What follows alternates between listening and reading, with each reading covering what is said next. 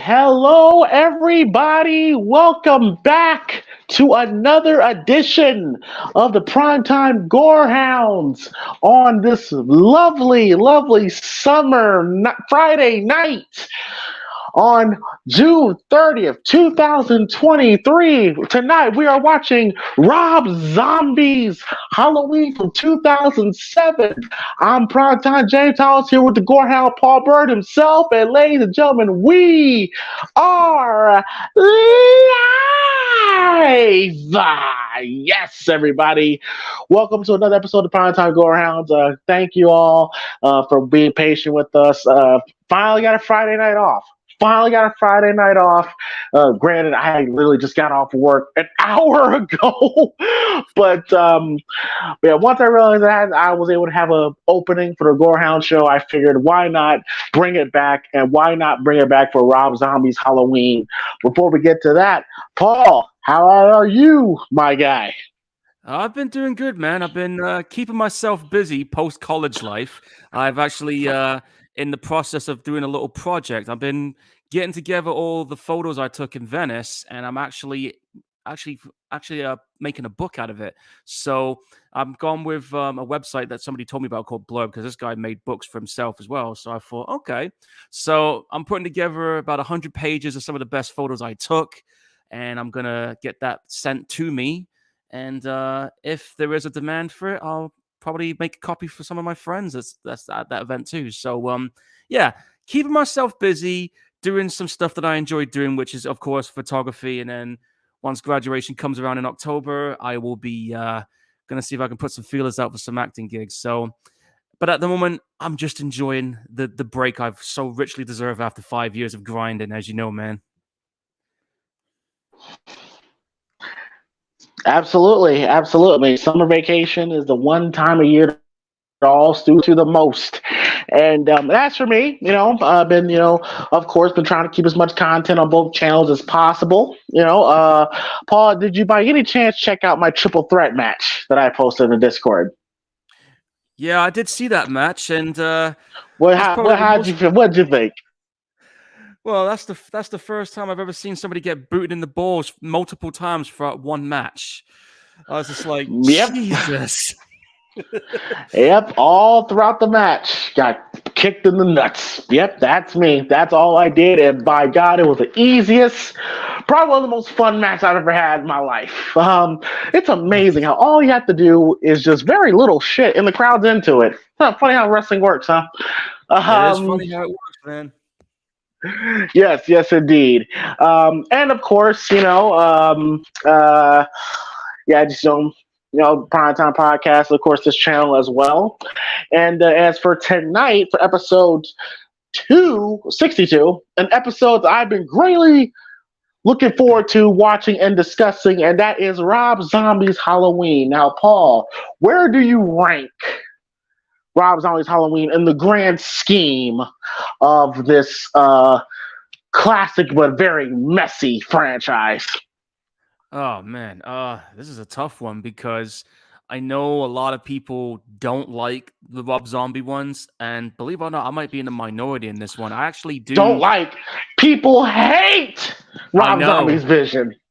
I know, but I will say I actually did like this one. So I'd probably, because you're talking 13 films here, it would be somewhere. It's gonna be somewhere in my top five. I can't exactly put a number on it, but it's somewhere in that top five category. But Top for five. me, for me at least, yeah, because Damn. Okay. uh, what I like about this one is that I just like how he tried to do something different with it, but he also made it his own in his own little way. And when you had the remake side of it going, it was pretty fucking nasty when it got going. And that's the one thing I will probably give Zombie credit for, is that at least he tried to bring Michael Myers to like some kind of like brutal form. Because remember, folks, when Mustafa Akkad was around, he had a tendency to censor the shit out of all the films that he was producing. But then once he passed away after, due to that attack that he was involved in, and his son Malik took over, it was like, okay, floodgates open. Mustafa's not there to tone down the stuff, which is what he did in the other films. And we kind of got to see Myers unleashed in a way. And that's the one thing I did like about this one.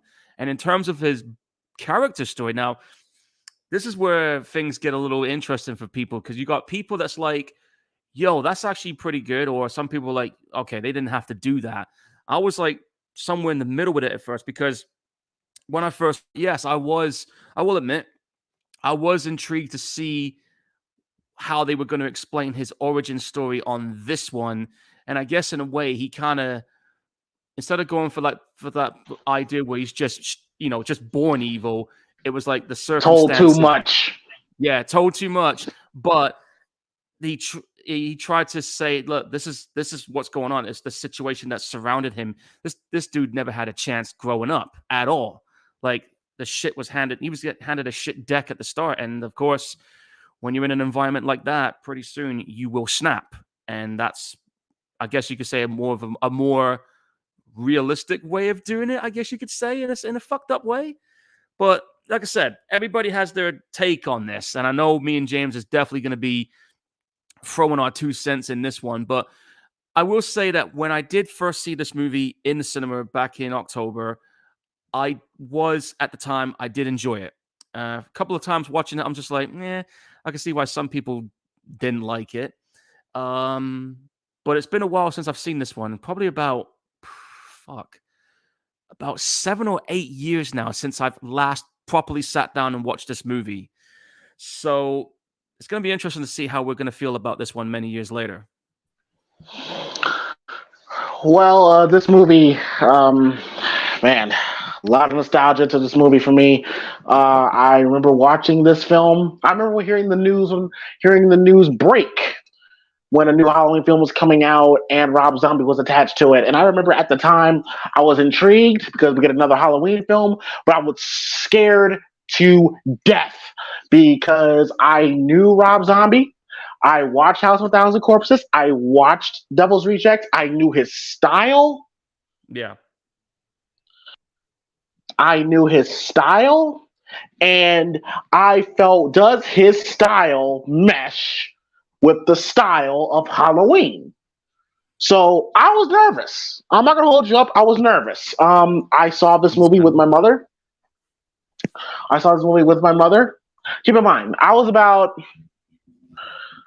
13, 14 years old at the time. I was 24 when this came out. So yeah.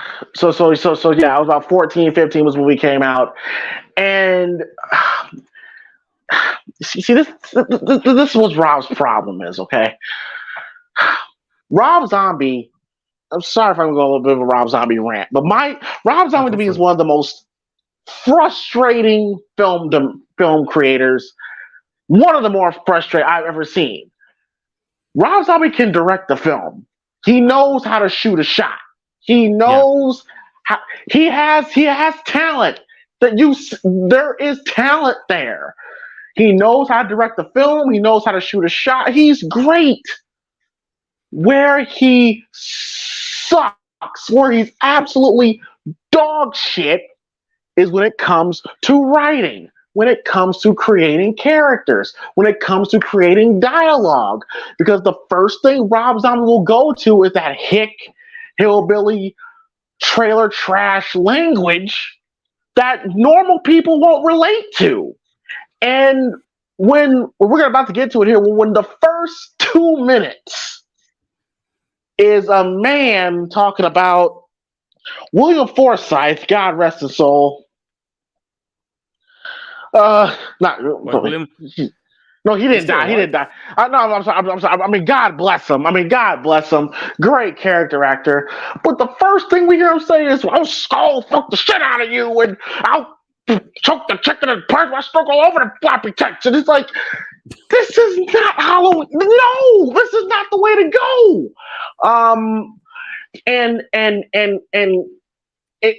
That's always been Rob's problem to me, man.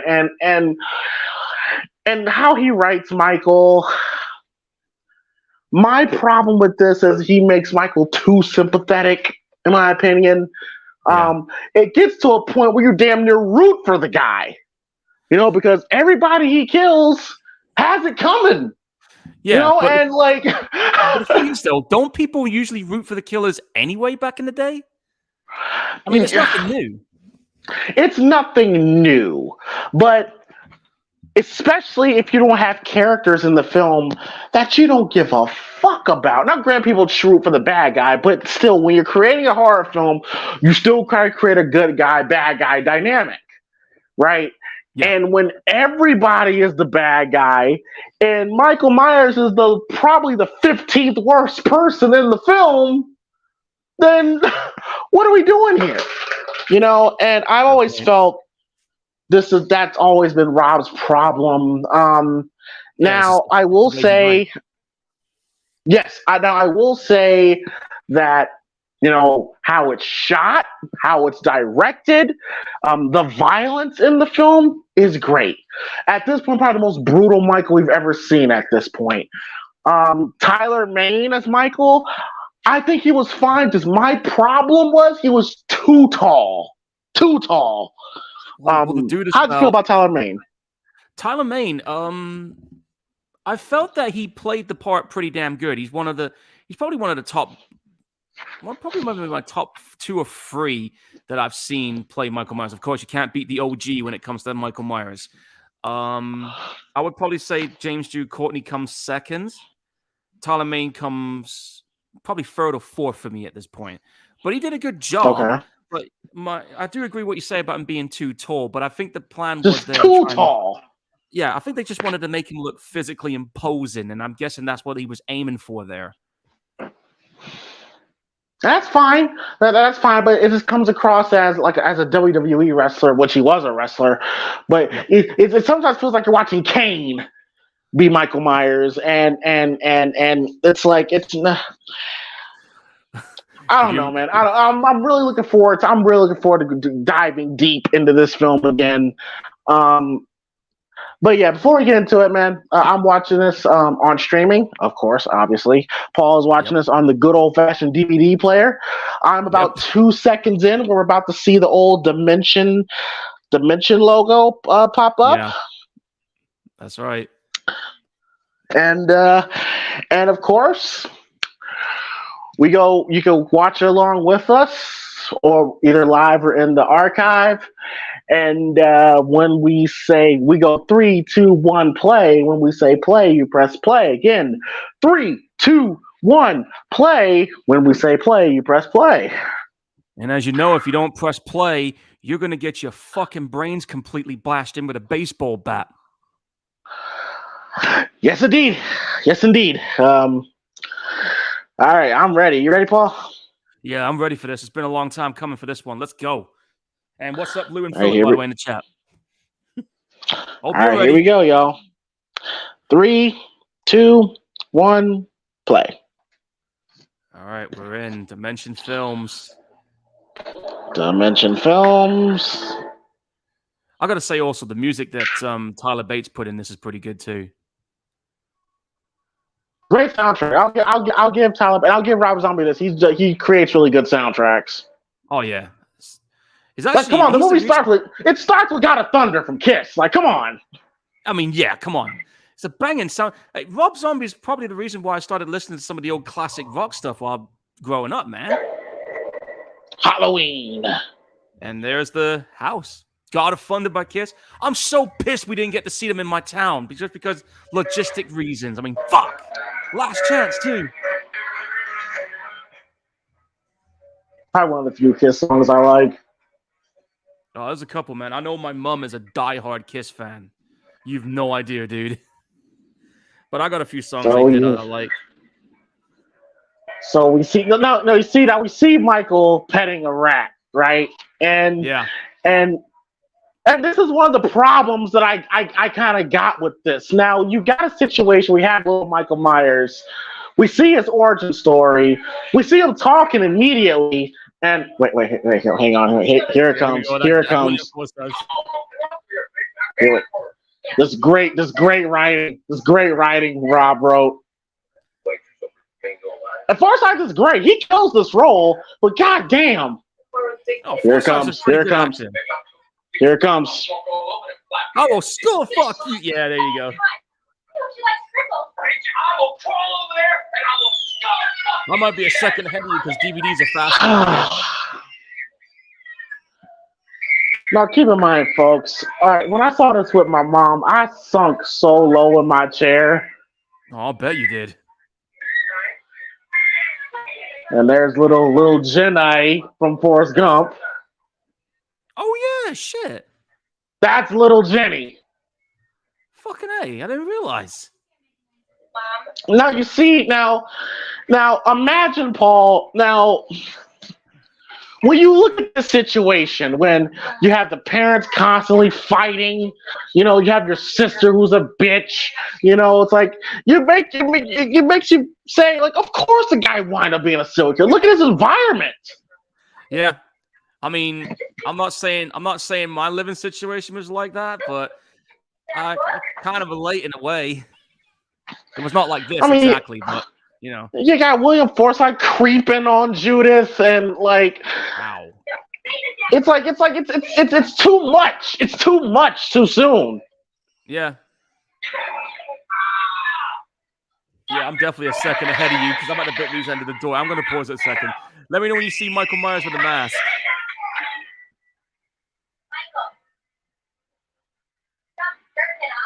There he is. Okay. Yeah, sorry guys. DVD UK regions are fast as shit over here. And okay. That's one of the first things we see Michael Myers do is act like a brat. Yeah, and he already carved the shit out of that rat.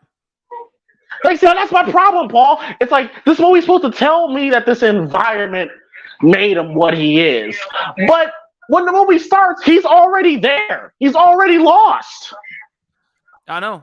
And I think that's like there's no progression. No, there isn't. They're just saying, right, here's the situation he's in. This is why he's like he is. And now his sister's jerking off the bottle. Okay, cool. You see, that's what I'm talking about, man. Like, that's what I'm talking about, bro. Now, later in the movie, we're gonna see Laurie and Dee Wallace. Like, you see, like, look at this. Like, of course he ended up becoming what he became. Yeah, they're trying to say, look, this is basically how he ended up being like this, because there is instances where people do snap because of shit like that. I can see where Rob Zombie was going with this, but for a Halloween movie, you're either on board with it or you're not.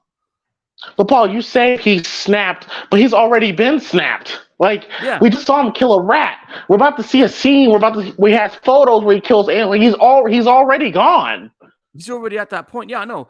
But I think they just wanted to dive in deeper with him for some reason. Wait a minute. Wasn't he on Junie from Spy Kids?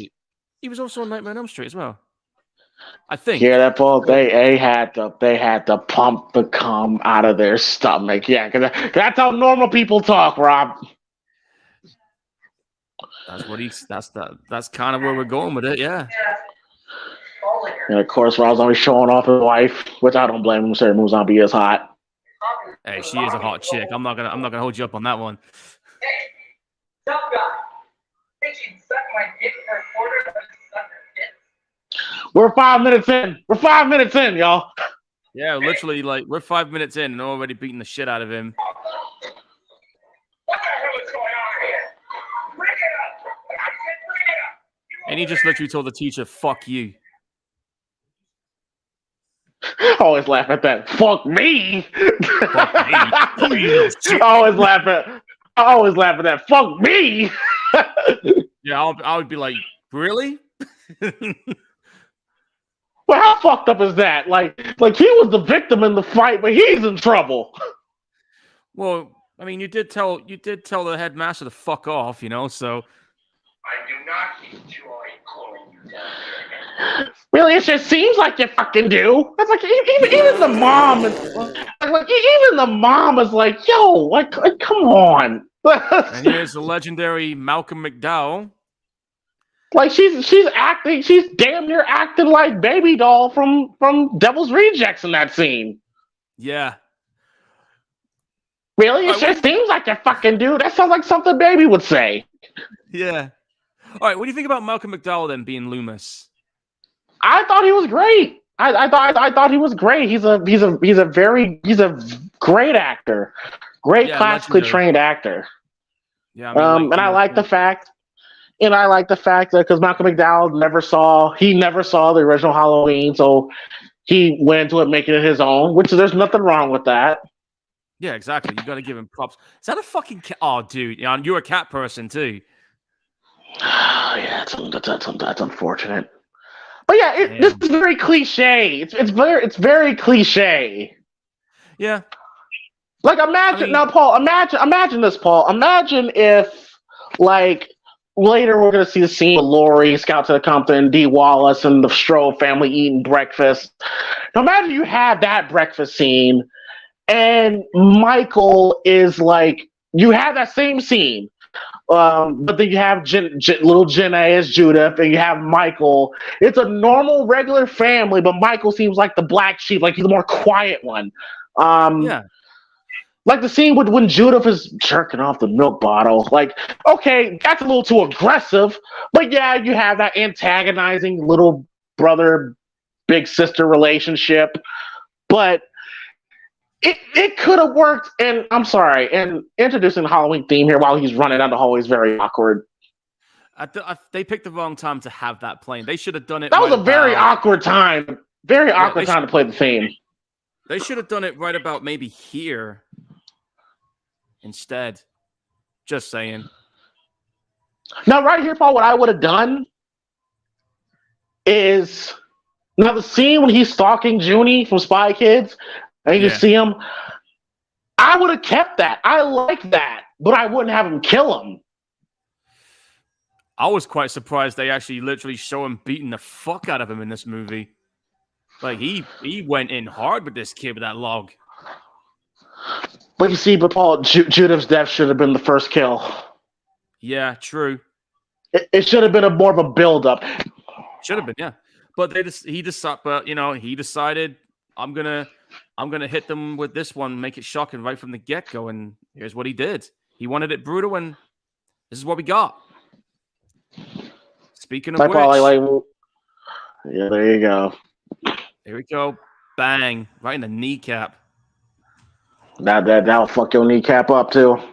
Yeah. And it's funny because you're definitely ahead of me. The bully's like, yeah, fuck you, man. And then he gets battered up. He's like a bitch. Hold on, I'll pause it. Right there, where Michael's just staring at them after beating him. I'll let you know. I'll let you know when I'm there. You can hear it. Yeah, I can hear it. Yep.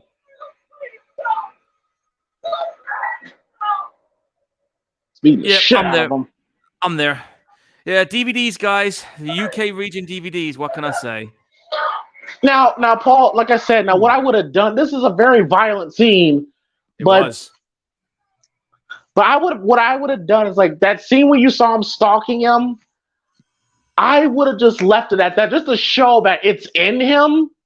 Yeah. But having him kill this kid, then we're gonna see him kill the stepfather. That takes away the impact of Judith's death. Yeah, it does. It definitely takes away from it.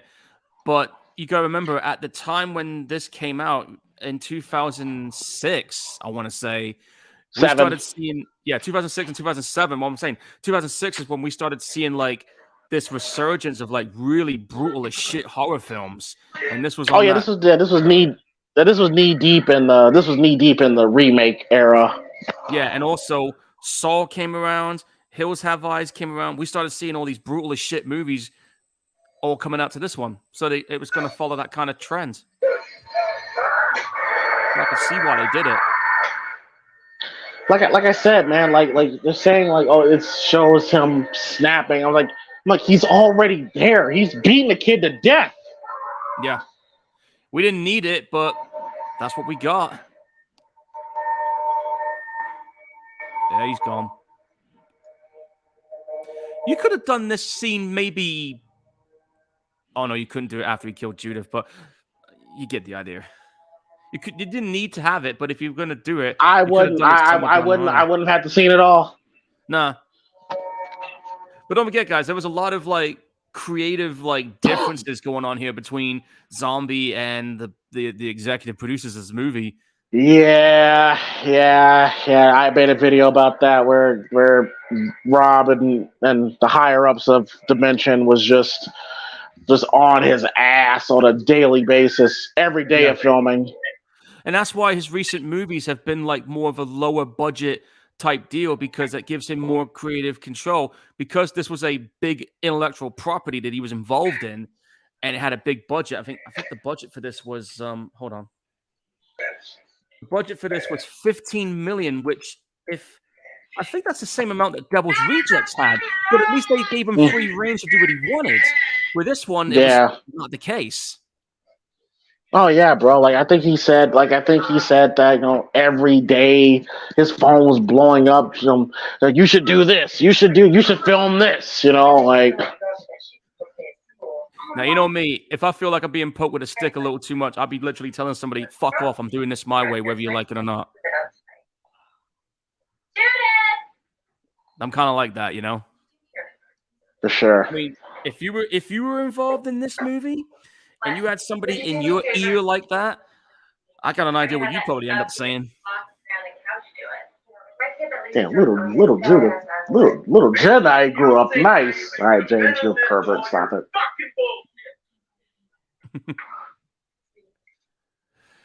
Man, now the relationship between Michael and Judith here, when Judith is like, go by yourself. Aren't you too old for that anyway? That's fine. That's fine. The little antagonizing relationship, a little big sister, little brother type thing. But I get it. But because Judith is so unlikable, when Michael kills her, it's like, okay, whatever. Yeah. Like she was a bitch anyway. Exactly. I'm gonna pause it because I know I'm ahead again. He's at the bit when he's sitting outside. Oh, and of course, Rob Zombie. And of course, Rob Zombie showing off his wife. Like, hey guys, look at my hot wife, bro.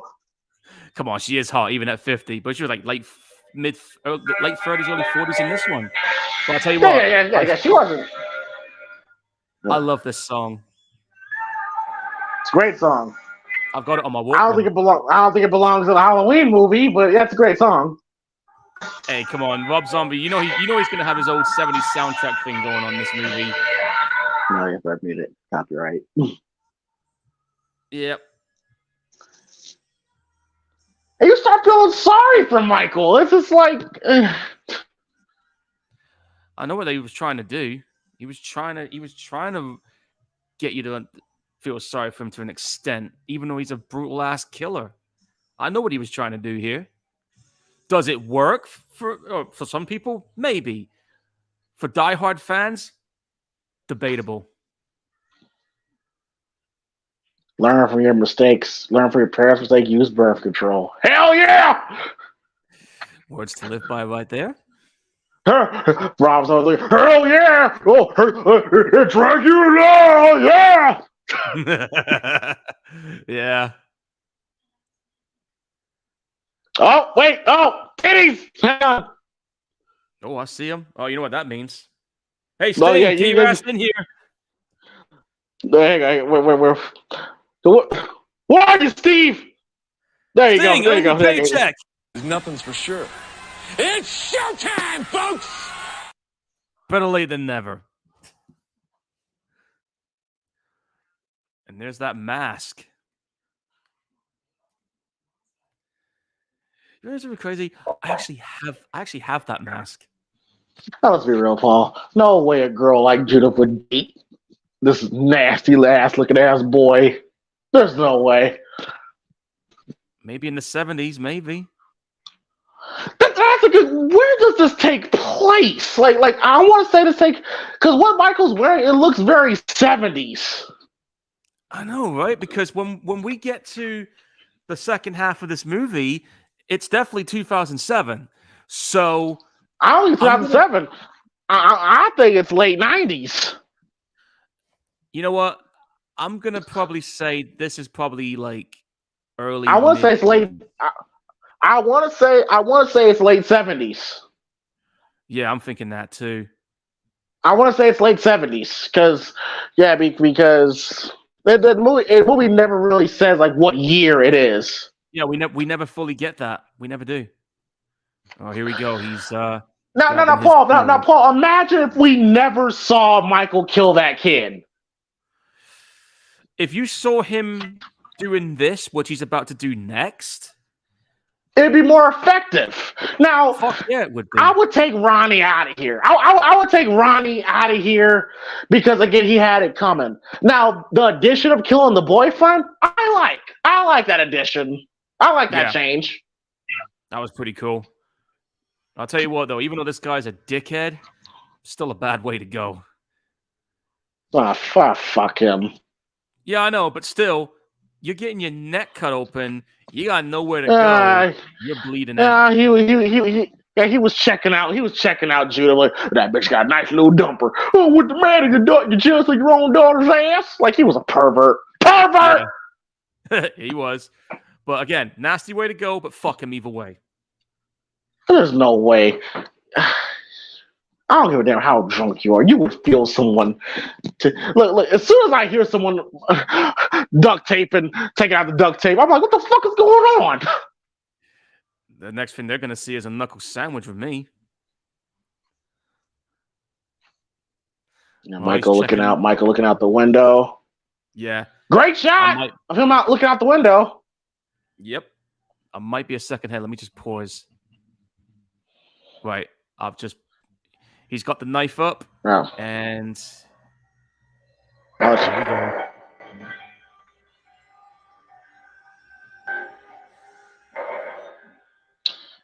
Did he cut his neck? Paul, now I was. Hang on.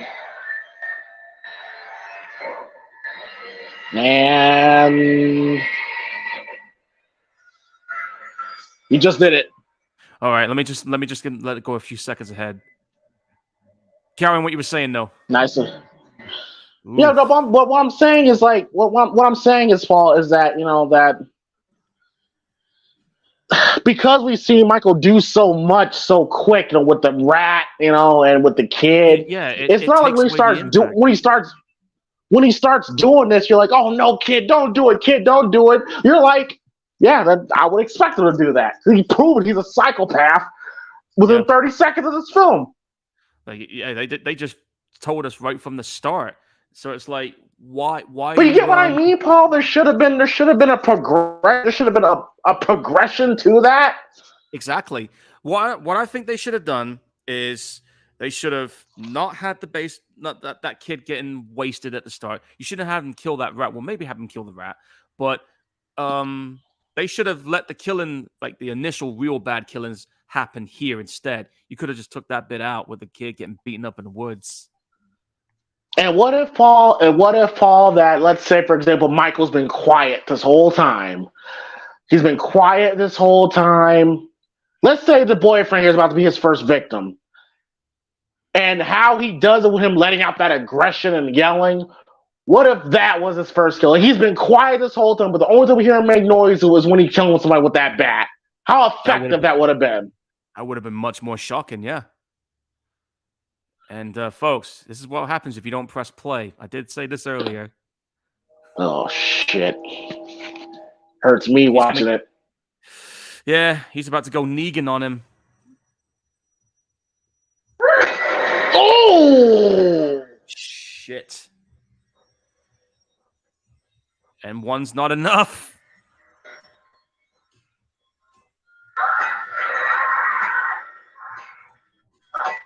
Now, again, imagine this is the first time we hear Michael showing emotion, how effective that would be.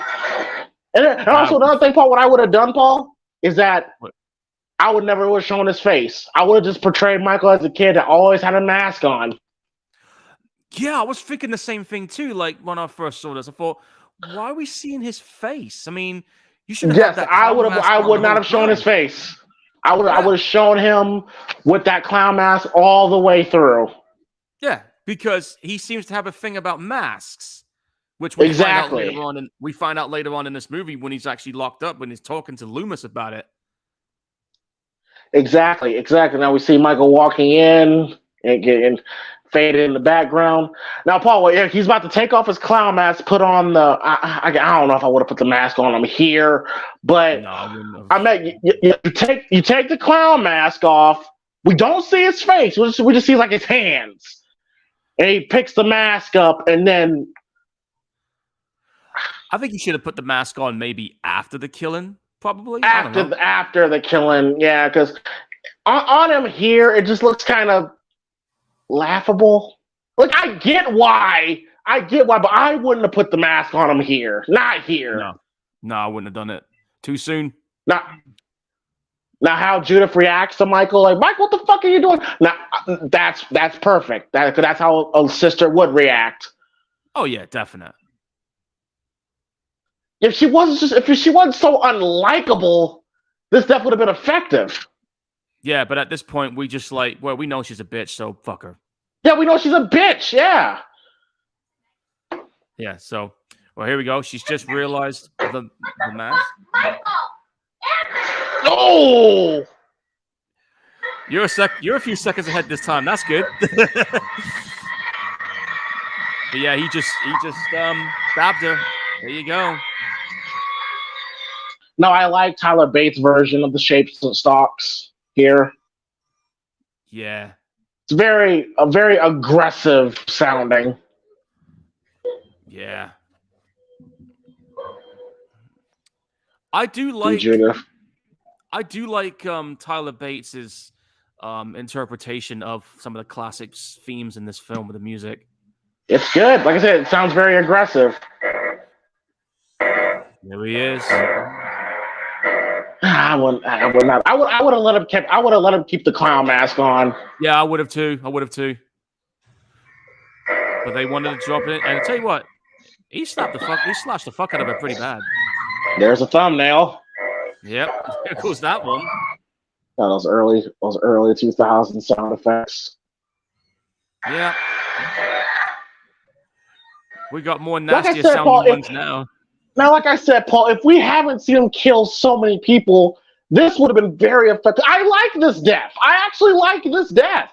It is a really cool death, but we don't have the impact now. It's gone.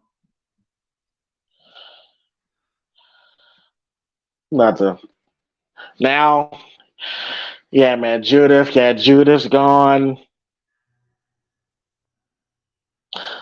Yeah, it's fucked up. Judith's gone, but it doesn't matter because she was a slut and had sexual relations. So you know what that means?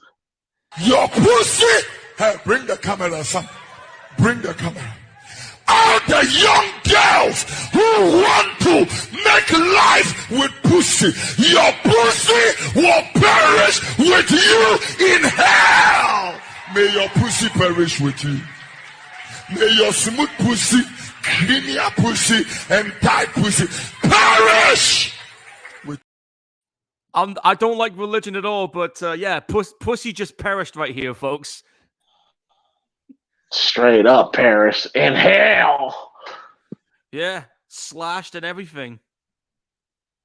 Now we're about to see like the news reports and all that stuff from the Myers house. I like that. I like that addition. Yeah, I think it's pretty cool too. And we get to see a little bit of almost a bit of a different acting side of Sherry Moon during this scenes coming up with her visits to the place. I'm glad you said that, Paul, because now, again, Sherry Moon Zombie, look, she is what she is. Okay, look, there's a reason why she's only in Rob Zombie films. But I will say, especially in the scenes when she's playing the grieving mom. Oh, she can play it. She was good. She could. Now, granted, I would have hired much more better qualified actresses to play the role. But yeah, she was fine. She was, as from an acting standpoint, she was fine here. She didn't annoy me. Yeah, totally. Here's a crazy shit though, right? A lot of people might think that House of a Thousand Corpses was her first acting film. I can tell you right now, it wasn't. Guess what her first acting film was that I saw her in? And she was in Rob's videos all the time. Aha, the 2004 Tobe Hooper remake of the Toolbox Murders. She was in that. She was the first one that got killed. Yeah. Mm. So that's how. Not that's like I like how. Not like everything's is frozen and Michael looked at us. I like that. Like I said, Rob knows how to work a camera. Yeah, exactly. He can do it. It's just that the writing is very hit and miss. Mostly miss though sometimes. No, I would just say no, Rob, let me write it. You can direct it, but let me write it. Yeah. But he feels that he can write it. So I mean, are you gonna argue him if it came to that? Motherfucker, yeah, I will. All right.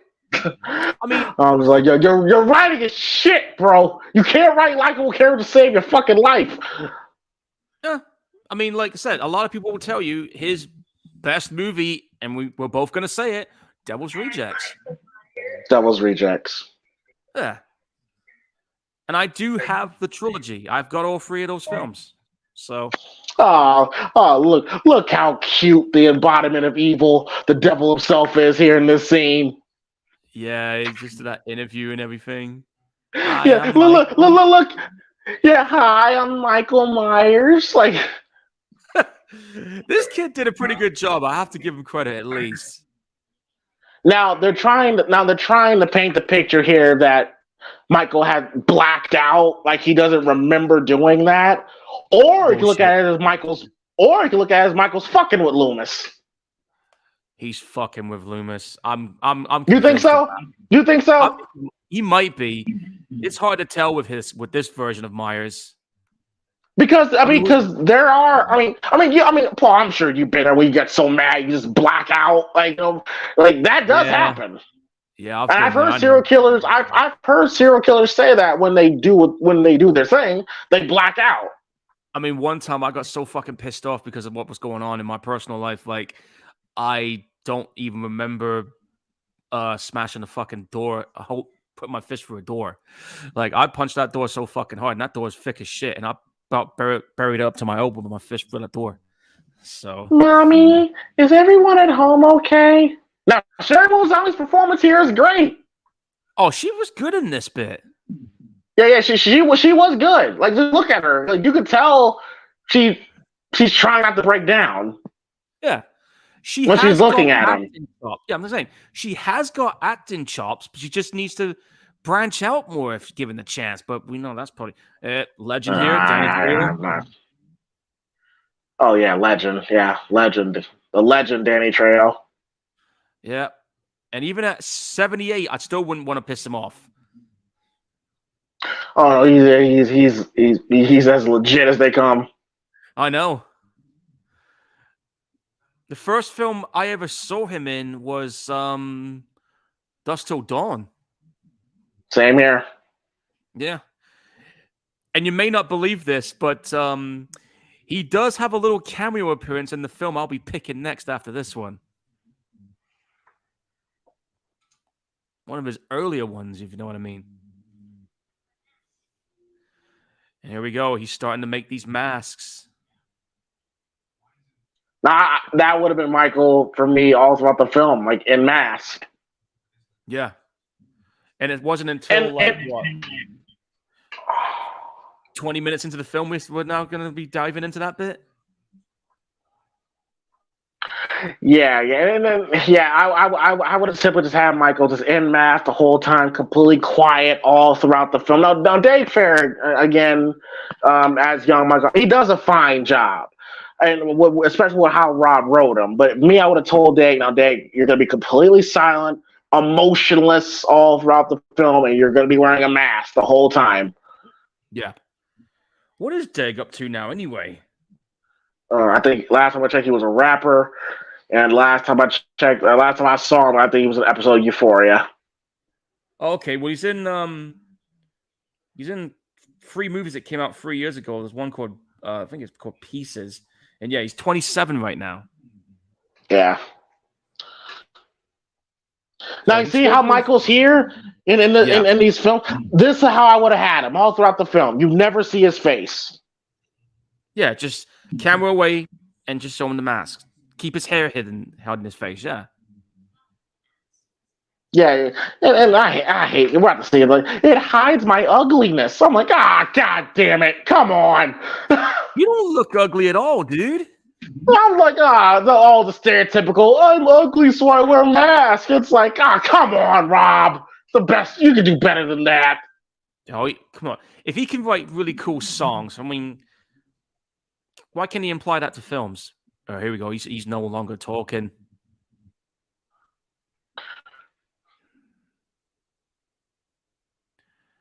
You might as well stop recording. Wait. Yeah. You're ahead of me now. Damn. All right, I'll pause it at the bit where you see the black and white video footage of him with the mask. And okay, yep, I see it.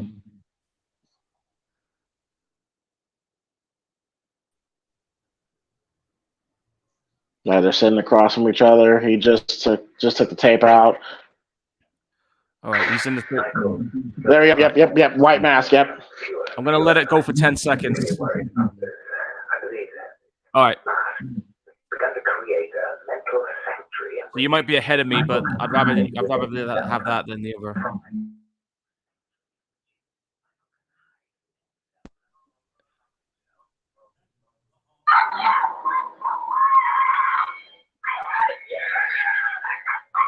Yeah, that's how I feel sometimes.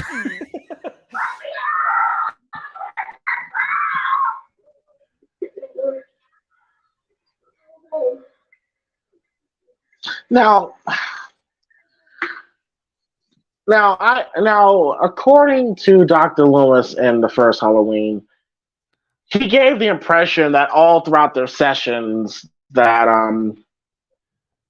he just knew from jump that, well, he said he spent 6 years trying to reach him, but then he really realized he was evil. Yeah. Like,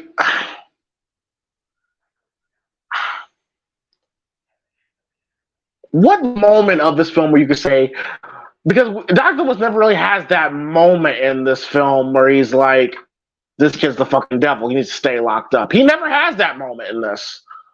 Not during this entire scene, no. No, not this whole film. Yeah. What's up, EJ, by the way? I just can't get through to Well, no, he never has that moment in this movie. At all. I guess you could say when he attacked that nurse, but again, at that point, like I said, you need to get out of here. I think you could probably say, without him saying it, it's probably when he kills that nurse. That's when I think he realizes, even his mum realizes at that point. Because the moment that mask comes off after he killed that nurse, you saw the way he fucking snaps. You know what it sounds like to me? Sounds would be a perfect origin for a Leatherface movie. I was thinking that too. Now, if this was a Leatherface film, it's perfect.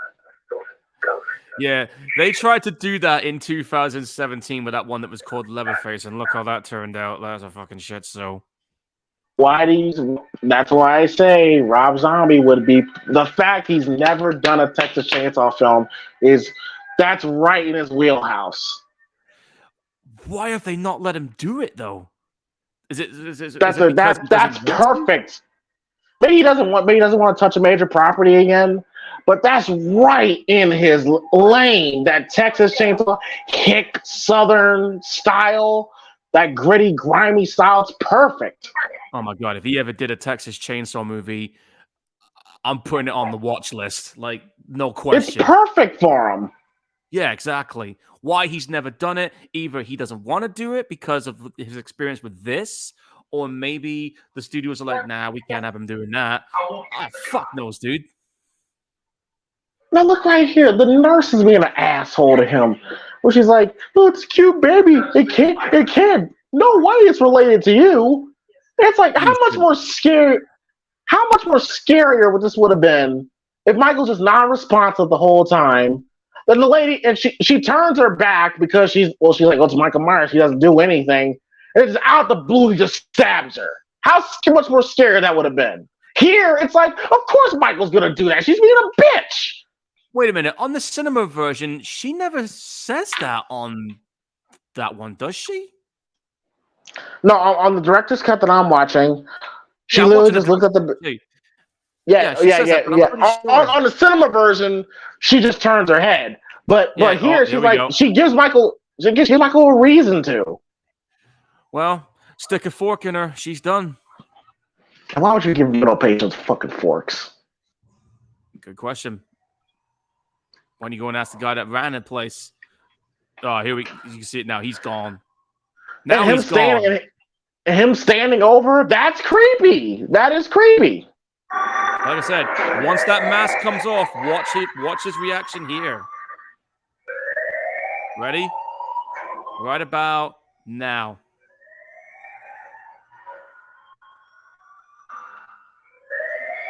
That's Yeah, it. he just screamed at her. That's it. Yeah, and she finally sees the monster. And even But again, it's like he was already at that point. I know. You could have just, like I said, some of the scenes that we saw leading up to this, they could have just left it alone and just did how we were talking about it. Now imagine Paul. Now Sherry Moon-Zombie, she does a good job here. Yeah. Now imagine instead of Sherry Moon-Zombie being Michael's mom, imagine if it was Dee Wallace in this scene. Dee Wallace would have killed this scene, and her committing and her deleting herself would have been heartbreaking. Because it's Dee Wallace. Yeah, Dee Wallace. If this was Dee Wallace doing that scene, oh fuck, man. If she was Michael Myers' mom, it would have been heartbreaking. It would have been, yeah, no doubt about it. And we know she's been in some heartbreaking scenes before with some of the movies she's involved in. Like, shit, man.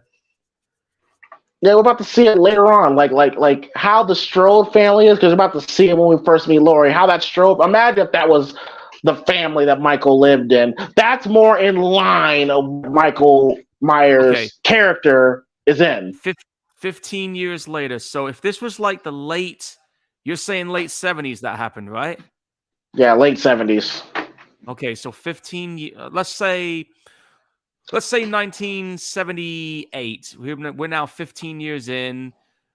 So we're probably saying 1988, 89 maybe. Or 1990.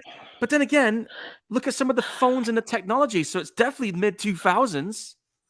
It feels like but some of those phones were around in the late. I want to say late 90s. Oh, we'll have to have a look when we see them. And wow, that's a lot. I want to say 1973. I'm gonna say this is 1998. Fair enough. Dude, now, Paul, he's fucking huge. Dude. Tyler's one big dude. He is. Hey, you know what's crazy? His birthday's the same day as mine. That's cool. Yeah. So I share the same birthday with him and Corey Taylor. This dude is fucking massive. Do you really believe Dave Ferrer would grow? You really think Dave Ferrer would grow up to be this? Grow up to be this? What? Being locked up, not eating anything, and going to the gym or nothing? Hell no. Oh no! He's clearly going to the gym, and clearly he's eating well. Yeah. And you know what's also? I got to point this out there too. He had blonde hair. Now his hair is straight up blackish brown. Kind of another sign of his dark turn. It's strange, Michael. In a weird way, you become Jeez. like my best friend. Yeah, you're definitely ahead of me, but that's fine. So Loomis considers Myers his friend in a way. Makes sense. Spent more time with him. Spent more time with him than probably his own family. Yeah, like you were saying, you know how fucked up my life is. Yeah, he just said that he's his last day with Michael. Yep. You just patted him on the shoulder on my end. Yeah, you just pat him. Yeah, for me. All right, Said, cool. take care, Michael. Take care. I'm only like a second behind. That's fine. And also, I've got to put this out here too. At the time, this movie was the highest grossing movie at the time until It 11 was. years later. Made a boatload of money in the box office. Yeah. And it was the only movie Rob Zombie did that made that amount of money. Well, I mean, Halloween. Anytime a Halloween movies come out, people are going to come out and watch it. Oh yeah, and we should know because we've done it. We've done it with pretty much all 13 of them. Releasing in August though is weird to me. That's the thing. This came out in August of 2007. We didn't get it here until October. Yeah, for US it was August. Fucking weird how they did that. What, are they trying to make it like a late summer blockbuster or something? Oh man, we're about to get this scene, man. Oh, you mean the scene that's coming up next? Yeah. Yeah, man. Just. This is Rob Zombie's clearly. I understand Rob trying to tell the commentary because this does happen where the guards take advantage of the female patients in these hospitals. Oh, yeah, I get it definitely happens.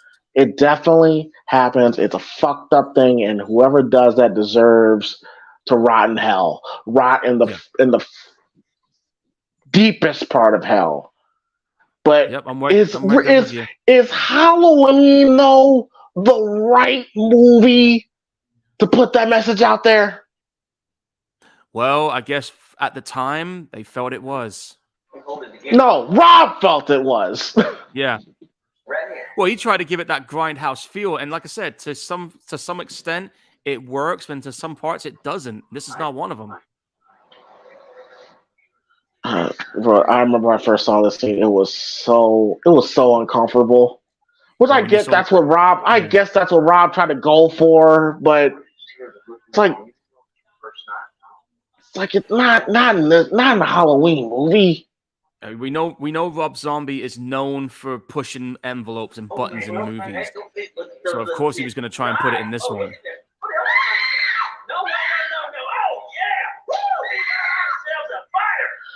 Oh, Jesus. And then when Michael does what he does, he comes up as the fucking hero. Yeah.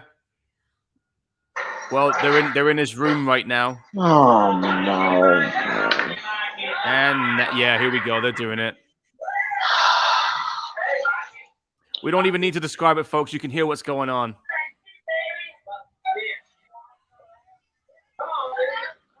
I don't like this scene. I don't like this scene at all. Well, again, not in a Halloween movie. Not in a Halloween film. I kind of prefer the one we saw in the cinema where they're fucking breaking out. Fucking Malachi from Children of the Corn. Like, wait, that's fuck. That was him. Yeah. Oh shit! I didn't realize. Oh, here we go. Myers has just got up. He's not having that. All right. It's gone for too long, man. Yeah, but like I said, the mid-2000s when horror movies were coming around, they were going all out with the shit that we saw. You know, like I said, look at Hills Have Eyes. Look at the Saw movies. It was going along that trend. It literally gets to a point where you're like, Michael, do something. Yeah. Personally, that should not be the case. Yeah.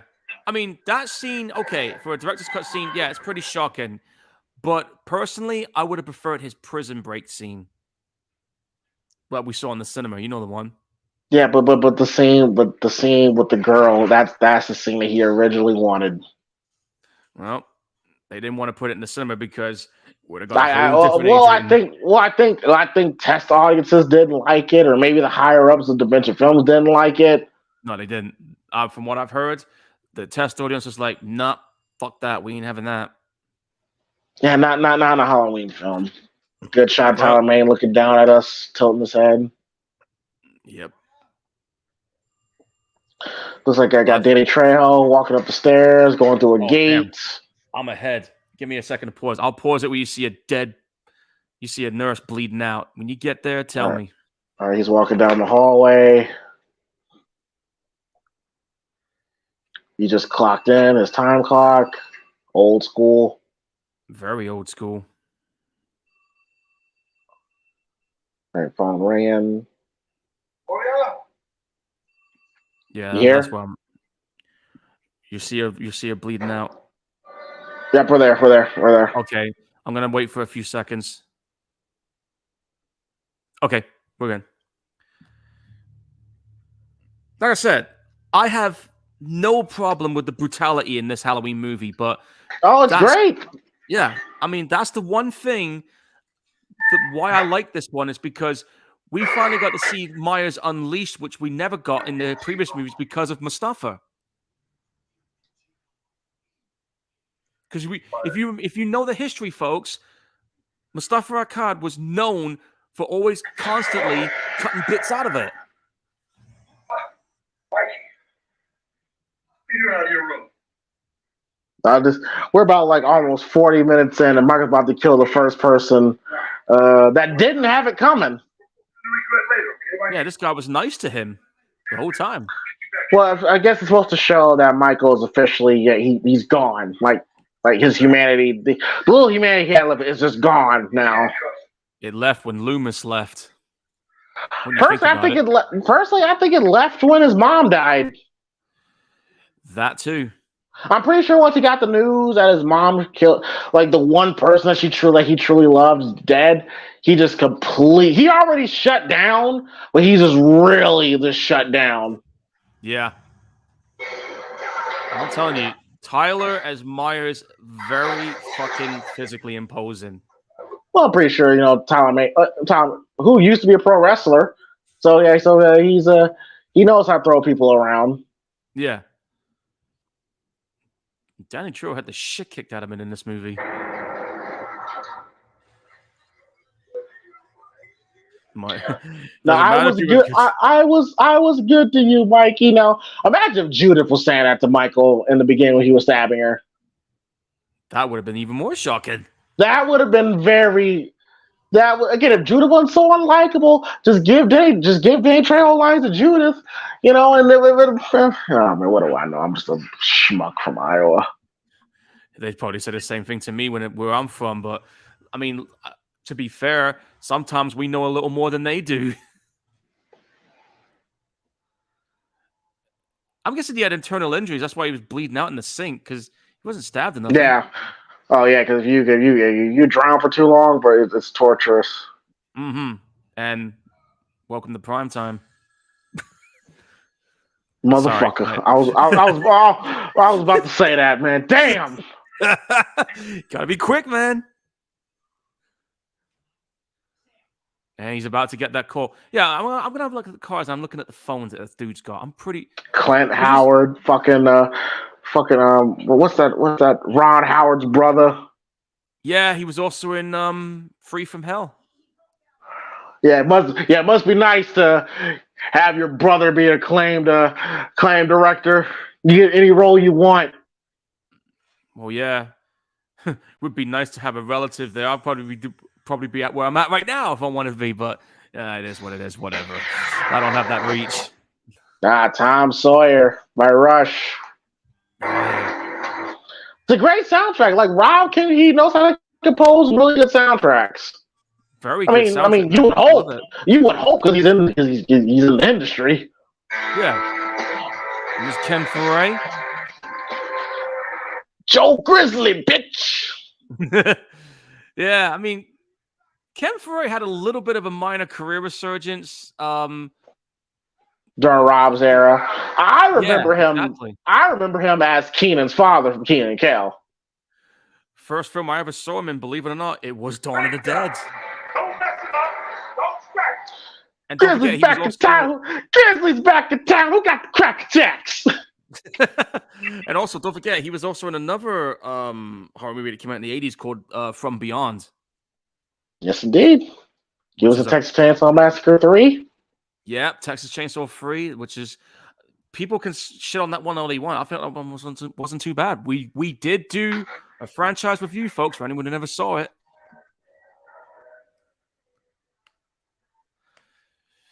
I actually like that mask that Myers got, that like pumpkin face mask thing going on. Imagine the whole movie he was wearing that. That would have made it different. That would have made it different. Yeah, it would have. Absolutely agree with you on that. It would have been a very different take on it. But, you know, fans have probably been like, this is not Halloween unless he's wearing the fucking mask. And I'm going to be like, whatever, dude.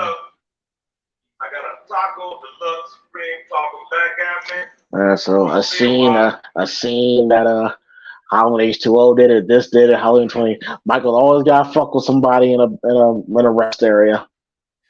Yeah, he seems to be known for doing that quite a bit, doesn't he? He just knocked on the door again. He's like, dude, really? If you're looking for some kind of action, you better take it on the artist while I'm dropping this load. Or gonna be one sorry a-hole. Why do you say a-hole? I mean, it's a fucking R-rated movie. Like, call him an asshole. We have his failure to communicate. Yeah.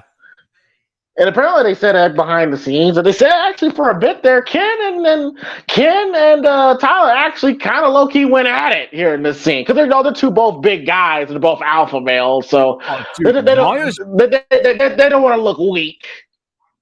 Myers was violent as shit in this scene. Like, he demolished that damn toilet. Hey, look at this. Violet. I mean, what were you thinking when you saw Myers going at it this violently? Oh, shaky cam again. Yeah, shaky cam. I kind of wish Joker had put up more of a fight. I just heard Myers growling then. Oh, and you know something else they never did in this movie with him? What's that? Never drove a car. That's true. That's true. T85, what's going on? Oh, wait, Draws is dead? Yeah, he passed away today. Oh, damn. I didn't know. Now, Paul. Now, okay, we're about to meet Lori, and this is how I would envision the Myers family to be, right here. Yeah, I'm right with you on this one. If they left it, I put my teeth back in. If they did it like this would have been like this is how I would envision. Yes, you see Dee Wallace, you see the father. Let's say, for example, instead of Scout, this would be Judith, little Jenna as Judith here. Like this environment, how I would envision Michael's life to be before he killed Judith. Yeah, because that would have been more shocking because you had no indication that he was going to snap in an environment like this. Exactly, Paul. You have no indication. Yeah, because there's Scout. That's the one thing the original did when you saw Myers for the first time in the original film. It was a normal environment. We didn't know any more than what we just saw. Yeah, we just saw Lori Shore finger a bagel. I'm like, damn, make her unlikable, Rob. Great job. Yeah, T85 here just said, Rob Zombies 2, I didn't really hate, but definitely not the best one. He's talking about Halloween 2. Yeah, I mean, like... we'll get to that. We'll get to that at some point. Oh, we will, because I got the director's cut, by the way, of that T85. I didn't hate that one. I just felt it was very different. But the crazy shit is, and I know somebody will probably jump on me about it, but I don't care. I said earlier, I can tolerate these two more than Halloween Ends. There, I said it. That's saying a lot. Yep. There's nothing to defend on that piece of shit abomination that we saw last October. No fucking way. But yeah, when you see Dee Wallace, you see Mr. Strode, and like it's a lot more scarier when fucked up shit happen in an environment where it's not supposed to happen. Yeah, like this is like a nice, normal, stable environment. nice, normal, stable environment. Hell, even in the first film, you could tell that they, a nice middle class family. So when a child brutally stabs his sister in an environment like this, it's shocking. When you have a little kid stabbing his sister in an environment where everybody around him is an asshole, then it's not going to be as bad. Yeah, exactly. Like, that's when you realize, okay, fair enough. And here's where he gets his mask. Yeah, so I'm guessing he buried it before the cops arrived. So how did you feel about I would say it's definitely one of the best masks of the franchise. Oh, dude, like this, like rotted looking mask, this decayed, rotted mask. I like it. I remember when I first saw it. I remember saying to myself, "Man, where can I get a replica like that? Because it looks so goddamn good." It's a great mask. I love it. Where are you at now, Paul? I'm at the bit where he's just put a knife on the ground. He's I'm got gonna his catch up to you mask. for a second. You want me to pause it? Yes, please. All right, he's ripping up the floor. He's ripping up the floorboards. He's got the mask in his hand. The camera's focusing on the mask. This nigga hid the evidence. What a G. Then he's got the mask now. He's looking at it. Yeah. All right. Well, you'll know. They play the theme. Okay. Now, Paul, what if this was the first time we heard the theme? I would have preferred that. Instead of him awkwardly running down a goddamn hallway, if this was the first time we heard the theme, it would have made perfect sense. I would have preferred that. I honestly would have preferred it that way. And there's the mask. He's put it on. That's a great mask. I love great it. Mask. It's one of the best masks I've seen in this series. I would have darkened his eyes, but yeah, it's a great mask. Yeah. It's very rotted and decayed. Here's the thing, though. He had long hair, and now all of a sudden his hair has disappeared. Yeah, we don't ignore that. How'd you feel about Scout Taylor Compton's portrayal as Lori? I thought she did fine. I thought she was fine. I can't hate it. I think she did all right in it. She made it her own, for better or for worse. She did a good job with what she had. And you could say she had a little bit more personality than Lori in 78 did. Yeah, exactly. I mean, I can't shit on that. I mean, she was actually pretty good in this. It's crazy. She was about I want to say like a legit 17, 18 at the time of filming this. She's now in her 30s. She's 34 right now, man. So count back 16 years. Yeah, man, she's grown up. She's grown up to be, and she was a very cute teenage girl, and she's grown up to be a very beautiful young woman. Yeah, absolutely. And there's my girl, Danielle. Oh, bro. I bet you lost your fucking mind when you saw her in this.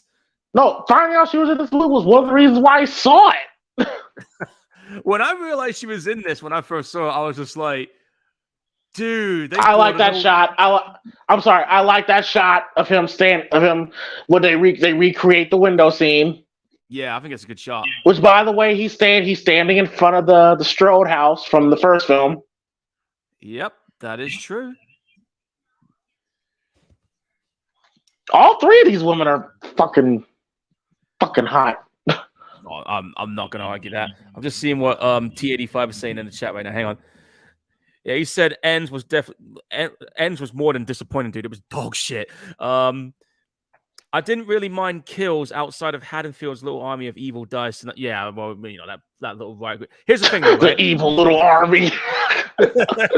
Here's the thing, right? I know that James likes the 2018 movie, and he knows my favorite out of the three is Halloween Kills. I gotta say I liked it. I just said it's a good Halloween. It's a good Halloween that could have been great. Yeah, true. But you know why I love Halloween Kills, man. And he says he likes absolutely. He says here he liked Halloween 5 when he was a kid, but now older, he can see why it was. Dude, don't get me started on Halloween 5. If you saw our watch along of that, I was pissed. We Like, both the whole were. way through. Yeah, we both were, man. Like, I was kicking off and you were kicking off, and it was just like that. That was it. But you know what, though? Oh, that's that dude that was on End of Days. Yeah, Udo Kier, whatever his name is. Yeah, he's a German actor. Yeah, Udo Kier. You got the name right. He was also in Blade. But yeah, but Danielle Harris was like around. She was.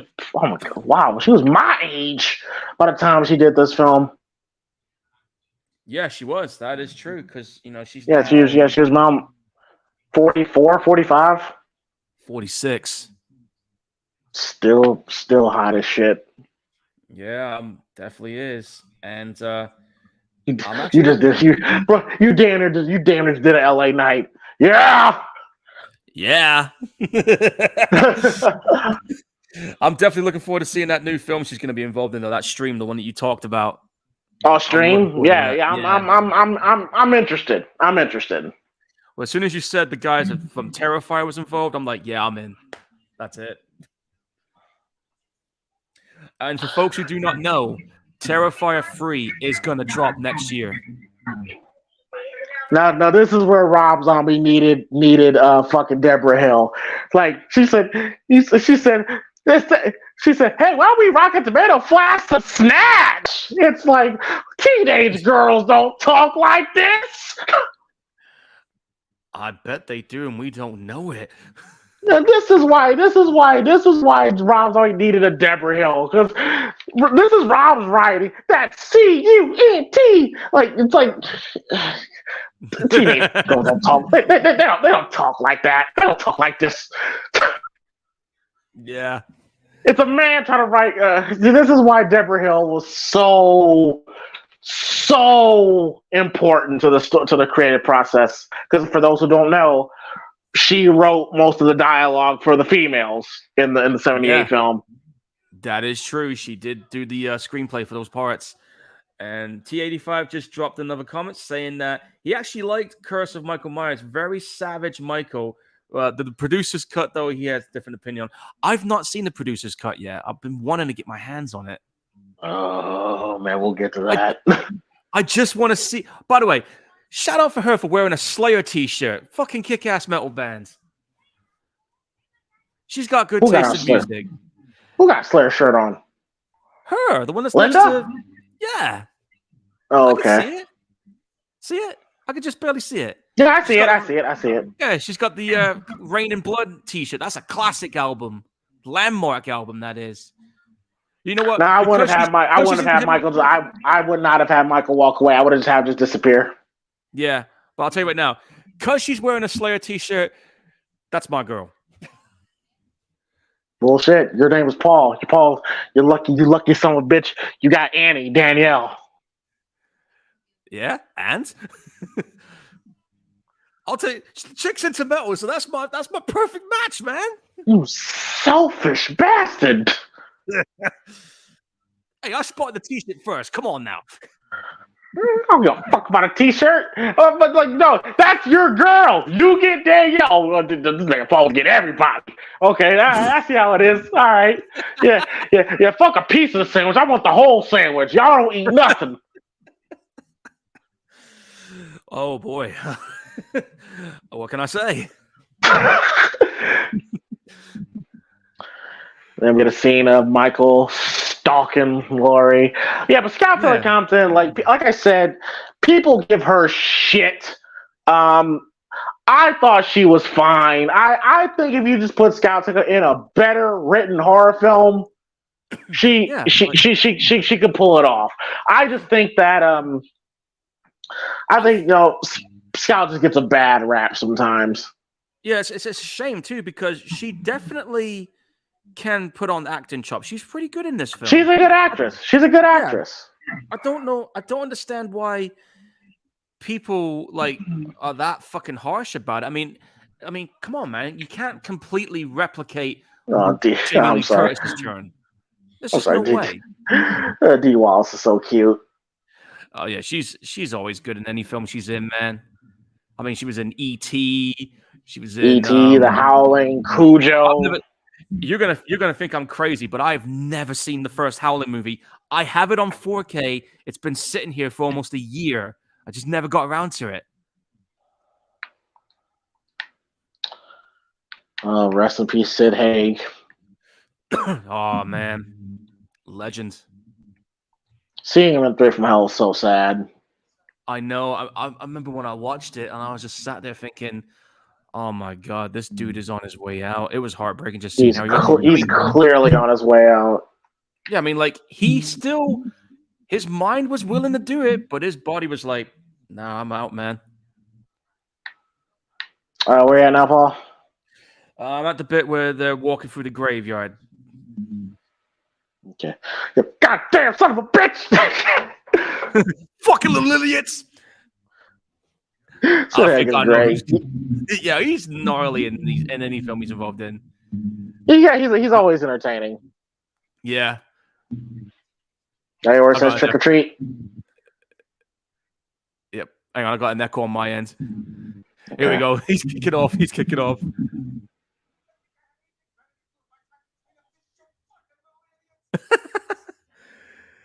I'll tell you right now, like Sid Haig, I know he's been in like several cool movies, but once he ended up being Captain Spaulding, like that was it. He found his character that everyone's gonna know him for. And poor fuck. What the fuck do you, Myers? Let me know where it says trick or treat. Okay, it's at the bit where it says trick or treat. All right, cool. There you got Michael. Michael obviously looking down at us. Friday the 13th remake did something similar. Yeah, you're right. They did steal the scene from this film. You mentioned it first, remember? Yeah. There's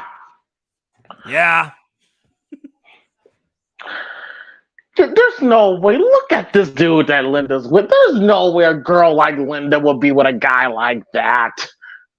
You'd be very surprised what I see. I know, that's what's crazy in this era. And Paul, you would see that motherfucker standing there.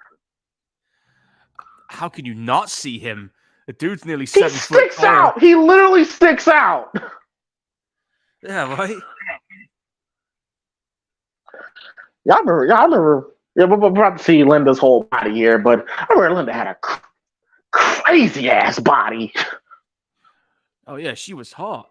I mean, she was hot. She not like it now? Clearly I can see the age on her now, but here, shit, she was hot. Mara's standing there in the back. Yep, standing on the back, nice shot. Yeah, Christina Klebe, I think her name is. She's still pretty, but here she's fucking a smoke show. No shit.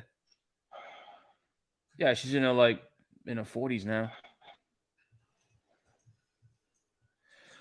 Tell you what though, I mean, like I said, people were giving Scout Taylor Compton shit, but yet I thought she did okay. And then I think the one thing that fine. Yeah, and I think the one thing that was kind of sucky was was how Jamie Lee Curtis was with Danielle Harris and Scout that day. Yeah, that was. But I think people think of Rob Zombie's Halloween 2 and they equate to Scout to that, and I'm like, yeah, that wasn't her fault. She was just doing what she was told. She's just doing what she had to do, man. Then plus now knowing that Rob went into it with no heart into it. Yeah. Yeah, because he got burned so bad in this one. Yeah, because he got tired of the studios fucking with him. Yeah. I mean, like I said, there's only so much you can take until you're just like, you know what, I'm done. Yeah, I'm looking at that mobile phone she's got. It's definitely it feels late night, early 2000s. Like, it's really weird. Yeah, it feels like that looks like a 2003 or 4 model. I used to have a phone like that, funny enough. That's a Motorola. Now, I do like the change that Rob brought here. The slight change where Bob actually did intend to go up as a ghost to scare Annie. Now, I do like that little change. Yeah, I think that was a pretty good shot. He just And then Tyler just tackles the fuck out of him. Yeah, he literally snatched his neck. And of course, And they recreate Bob's death scene. It's better in the original, but it was done well here.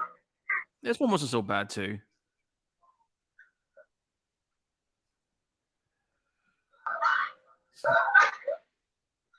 Damn.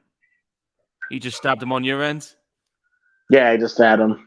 Okay, I'm just gonna pause it. He's let go of the knife. I'll pause it there. All right. Yep. You see his feet. Mm-hmm. They just let go of the knife. Yep. All right. 1, 2, 3, 4, 5. Right, I'm hitting play. All right, he's walking away. Yep, he's just doing the head tilt on my end, and now he's gone. Your pokey ass a little slower. Could you? Now, I understand she might be a little drunk, but wouldn't you notice that your boyfriend has grown significantly taller in the last 5 minutes? I would still be sober enough to notice. Oh, then again, hey, Sting, get your ass back in here. Tits are out. Hey, man. Hey, she said anything you like, and I'm like, hey, Steve, what do you think, Steve? Nothing's for sure. It's showtime, folks! Fuck yeah, it is. Casper the Friendly. Got full frontal. Yeah, we see everything too. But damn, she got a banging body. Damn. Holy shit. And got him. Got your ass. Got to, you slut, you whore. God damn it, Myers. You just killed my girl, you motherfucker. Nah, that Paul. That's what you get. That's what you get for being selfish. Oh, fuck off. She was That's mine what anyway. you get right there. That's what you get right there, okay? All right. Hey, I can't be happy. You can't be. Yeah, Michael. Yeah. Choke the hell out of her. That's all right. I get my get back in the sequel. Oh, shit. Wait. I never said. Man, Paul, you're evil. You know that? Yeah, of course I'm evil. How long did it take you to notice? You've known me for a couple of years. And also too, hey, Linda, look, you hot, you fine as hell, but you was another slut. Your pussy. Hey, bring the camera, son. Bring the camera. All the young girls who want to make life with pussy, your pussy will perish with you in hell. May your pussy perish with you. May your smooth pussy, linear pussy, and tight pussy perish. Hey, Linda, I'll be in hell waiting for you. Now, Paul, no, this scene when he kills the family, this was heartbreaking. This sucked. This sucked. Was nasty. This was nasty on Myers' part, man. Can we go ahead and say that this was Myers at his most nasty in this movie with this scene coming up? I mean, the curse of Michael Myers may have something to say about that. Halloween Kills, you might want to put that in there too with the way he's been. Yeah, but look at this environment. Like, look at this family environment. This is how I would envision. Yeah. You know, like again, imagine Paul, that in the very beginning of the film, when we had Sherry Moon and William Forsythe, you switch them out with this family, with Dee Wallace, and Dee Wallace is Mrs. Myers, and he's Mr. Myers. It would be much more effective. Yeah, definitely. It would have been a lot more effective, in my opinion. And imagine if Sherry Moon Zombie was the adoptive mother of Laurie, then it would have made more sense. It would have flowed a little bit better. Yeah, definitely. That would have flown a lot better on there too. But why they chose to go the route I don't know. But I do agree with you on this. They should have done it this way, like you were saying. Yeah, just switch out William Forsythe and Sherry Moon with Dee Wallace and fuck shit. That's no shit. warning. That looks like Michael just drops him. He just dropped him. He's just like, right, now your turn. And Dee Wallace's reaction is perfect because she's like, she doesn't know how to react. It's like what the fuck? Like, how do you react to a guy like that who just cut your man's neck open and, you know? Like, she just talked to her husband like 30 seconds ago. Like, imagine that, people. You just talked to your significant other, about to close in for the night. Your daughter's out trick-or-treat babysitting. And then literally 15, 30 seconds later, this big dude is dragging your husband in. That is terrifying. Yeah, right? What the hell did he do to her? Did he break her back or something? Oh, man. It's okay. Picture. It sucks, man, because I love Dee Wallace, man. Damn, he fucking slammed her through that. Some may say this is Michael getting back at that family for stealing his sister away. Yeah, you could probably say that might be justifiable in his mind. Yeah. They just snapped her neck. Yeah, I'm a second head kid with a face paint. Sorry, guys. Region speeds over here. Like I said, NTSC over there, PAL over there. You know, if you listened to me the first time, you wouldn't have made it twice. And I'll know where you are. I'll tell you when. I'll let you know when I'm gonna hit play again. Yeah, Scout Compton was cute. She's still beautiful. Oh yeah, she's still good, man. She would probably be more. I mean, I don't know, Danielle would be more my speed, but. I don't know. It'll be a tough choice. Yeah, and you know, when we were talking about Halloween revivals, I mean, as you know, I'm kind of on the fence on the idea of seeing another one. But if they go with some of the ideas you were telling me a while back, like the found footage route, and you bring Danielle Harris back on board, okay, that'll give me enough reasons to come back for one more at least. Yeah, I feel like. And there's Michael stalking Annie. Stalky ass motherfucker, you. But I feel like, you hear, Paul? Yeah, she just called you, Paul. Go pick her up, you bastard. Oh well, I guess I kind of got lucky. I don't know how.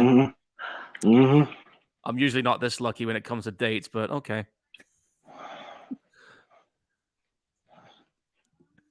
James is pissed right now, guys. I can't help it. Hell yeah, you get Danielle. Yeah. What can I say? Man. Now we get the scene with Michael standing behind Lindsay. I don't know if I would have done that. I probably just had Michael probably just staring through the window. Well, you know, in 2018, he ended up killing a kid.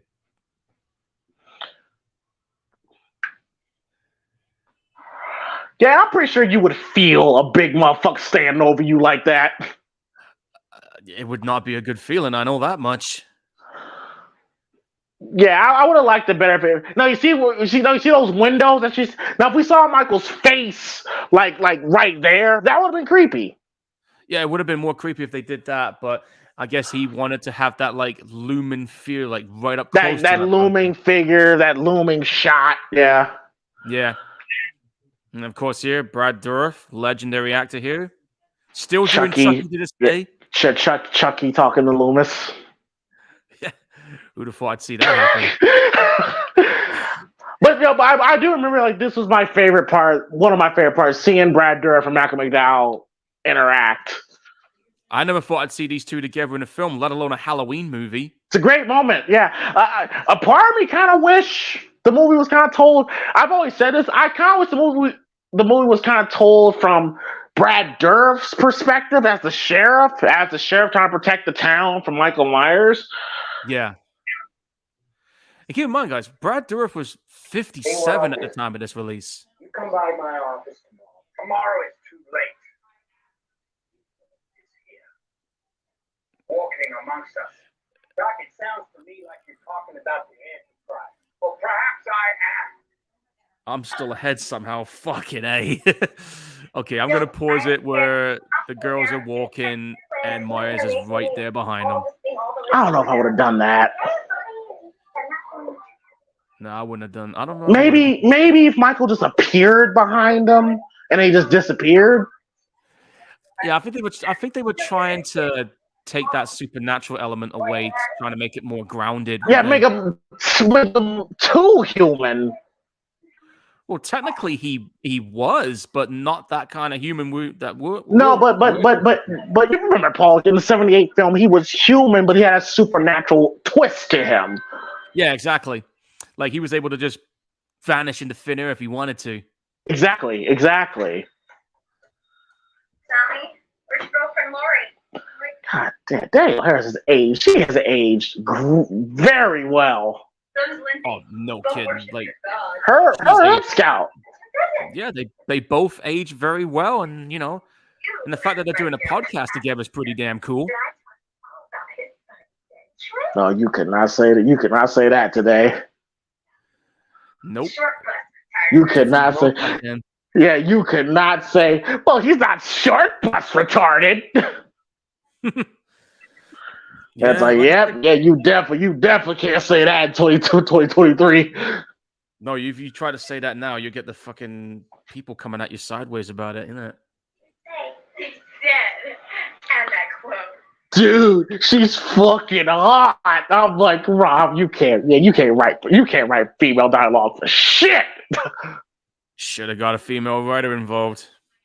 Might as well. Like, come on, dude. Oh, there you go, Paul. Your nice ass car picking up Danielle.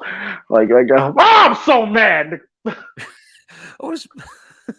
I don't know how I got lucky in this moon, man. I don't know.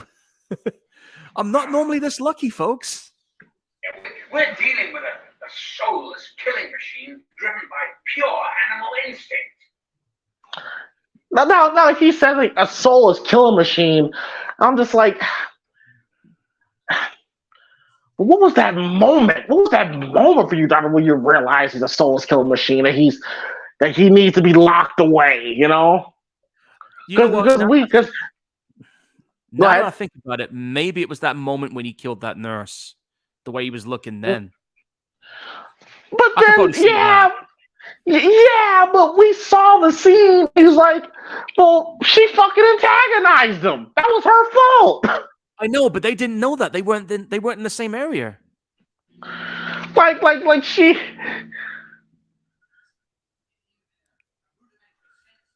Him trying to recreate the, devil's eye speech in his own Malcolm McDowell way.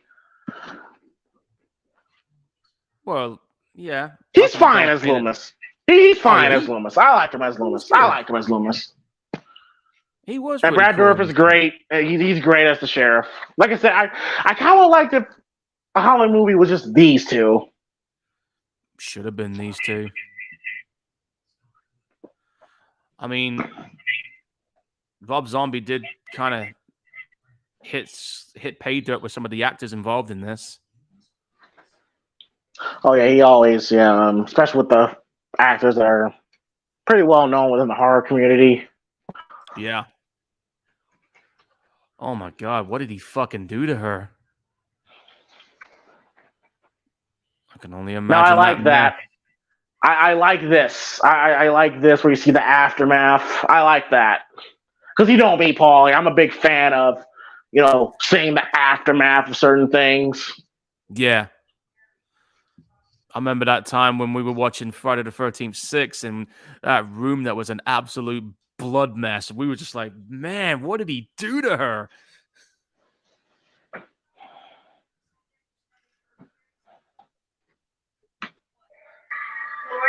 Oh, man. I miss those movie nights from back in the day. Well, you can still have them. Just go on Netflix. Yeah, true. But I'm old school, man. You can have them anytime you want.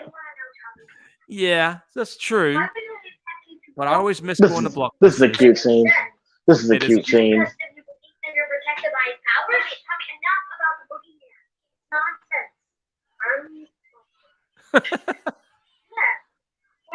Why do you keep avoiding the subject, Lori? It's cute. It's funny.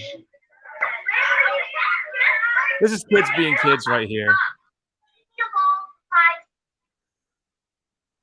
She turned into a bitch. Like, leave me alone for 5 seconds and they count down. That's cute. Yeah. Yeah, because I've babysitted before, and I've had those moments where I'm like, just leave me alone, please. Yep. And there's Myers standing in the back. I'm about to. You saw it too? Yeah. I always wonder. It's like, wait. You do know that Tyler? I would tell Rob. You do know Tyler's back there, right, Rob? I'm about to meet my demise. Damn right you are. It's okay. I get back later. It's weird because you just see little Daniel Harris as Jamie, and then you watch this movie, you watch it here, go, you want to fuck me? You want to fuck me? It's like, oh, damn, jarring. Man, we hit a time jump there. Oh man, shit! I'll be like, Daniel, don't play with me. don't play with me. Damn. Well, that's me gone. Thanks for coming. People get what they deserve. And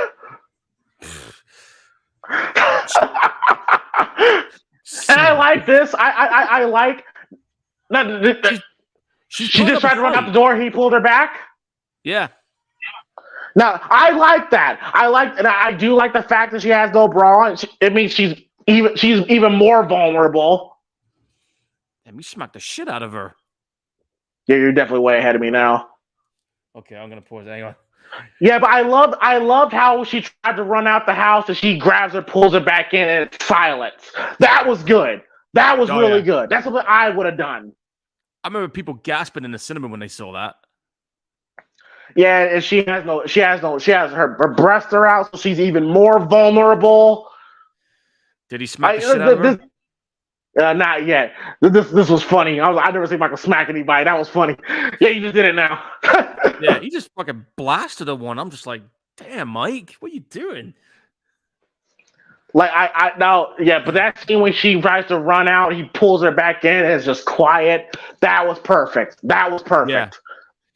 Now here's the question. Even though you don't see it, here's the question: the hell did he do to her? Well, I know exactly what he did. He told her this. Your pussy! Hey, bring the camera, son. Bring the camera. Wait. She didn't die. I'm sorry. You're jumping the gun there, dude.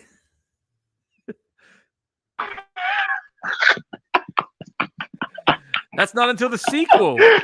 Oh shit! I'm sorry. I had my trigger finger ready, bro. I was ready. Yeah, you click on the trigger. Right? You shot prematurely.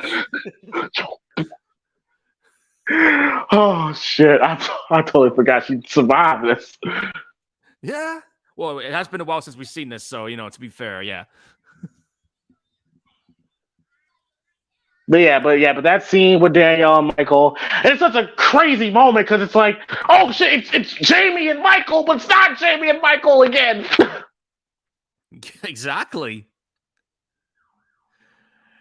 Who'd have thought she'd end up being in the Halloween films again? At this point in time, I was just like, damn. Well, it's Rob Zombie trying to, it's Rob trying to repay Danielle Hell for the bullshit she went through with Halloween 6. Yeah, I did. And it's a love letter. And it's a love letter to the fans. Oh yeah, definitely. Because I know she's a fan favorite. Like she's without question. No, she's definitely a fan favorite for sure. Oh yeah, without a doubt. And Sheriff Brackett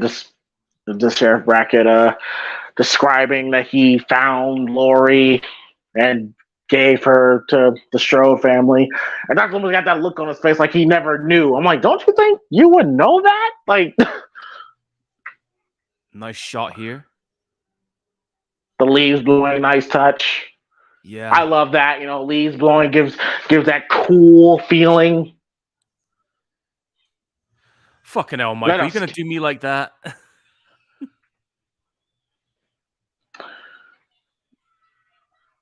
And Michael, well, Lindsay got a set of lungs on her. She could scream.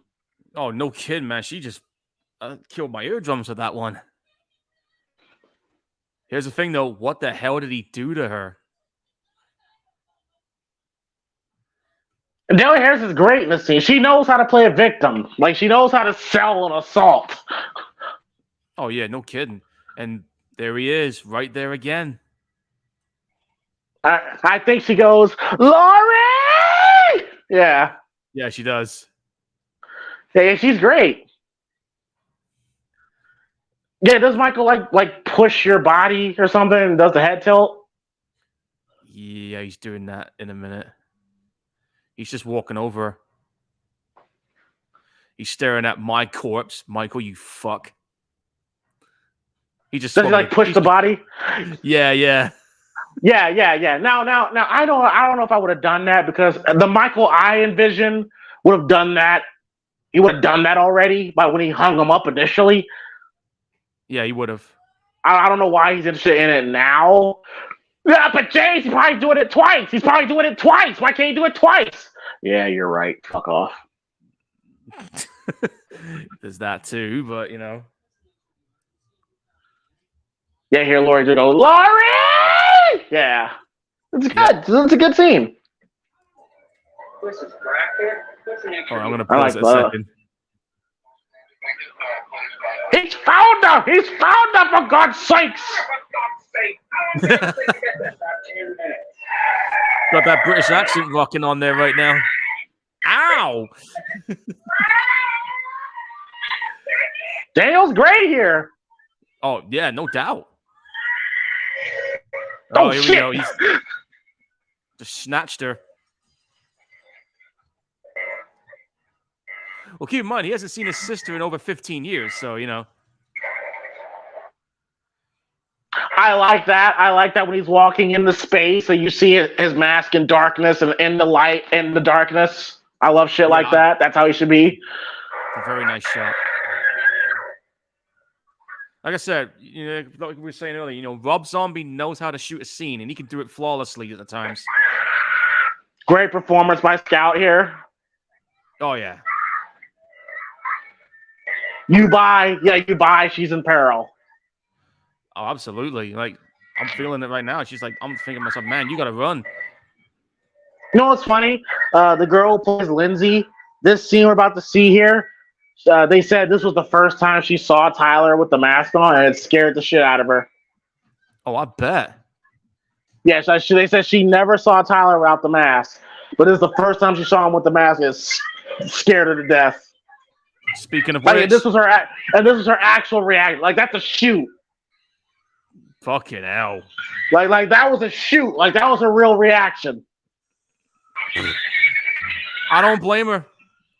I don't blame her at all, man. That wasn't acting. That was legit her legit reaction to seeing Tyler with the mask. Yeah, she's like, I'm done. I can imagine what it was like when they said cut. No doubt you had to try and calm her down. I'm pretty sure Tyler, probably had to take the mask off and calm her down. Yeah, exactly.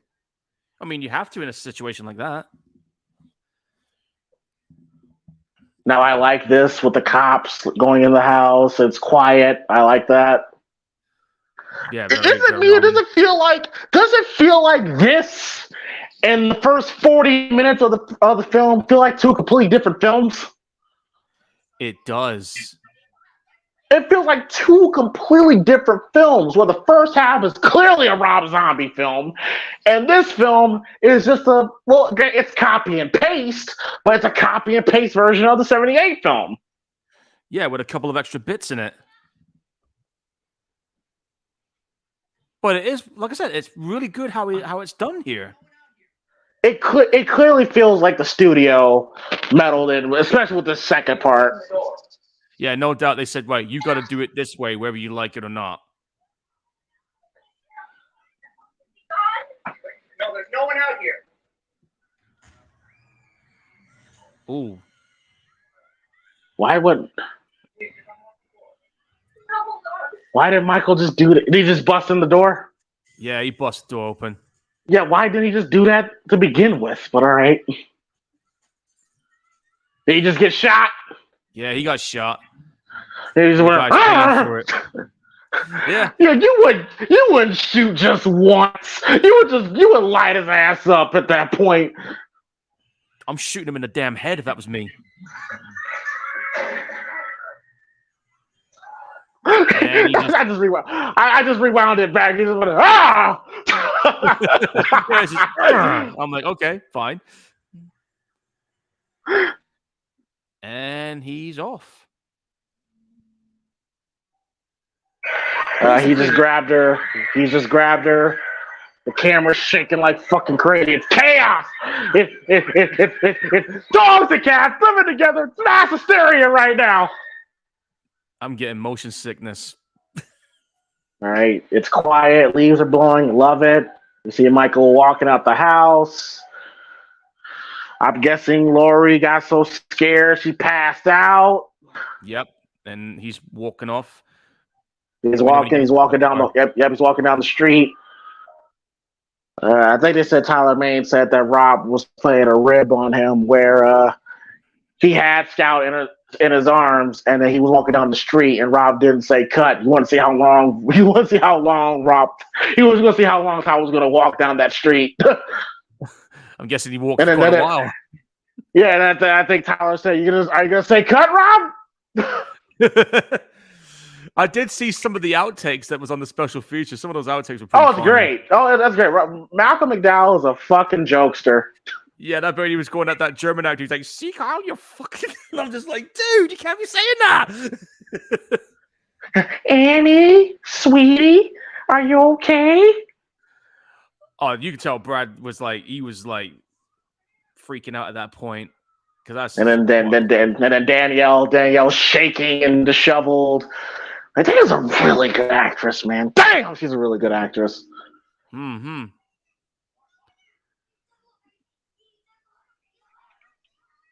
Here's the thing, though, right? What do you think Michael Myers' end game here was going to be with him and Laurie? I think his end game was in his own way. Now, I would not have done this, but when he kneels, God. Yeah, like when he kneels, in his own weird way, he's asking Laurie to like help him in some way, shape, or form, and he's now like being vulnerable to her. And when Laurie, the only person in the world that he still loves and cares for, stabs him, that's when Michael's like, "Fuck it." Yeah, and I remember hearing about this as well. There was the bit when he has the photo out, he actually says a name, Boo. I would not have. Thank God I didn't do that.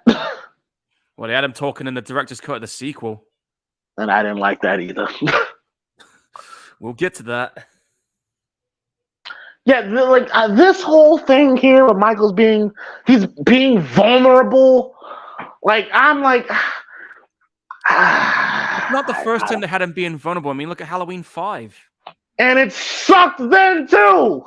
Yes, it's true. It did. Like I think, oh God! Now with Halloween 5, it's a little bit. I don't know. I don't know.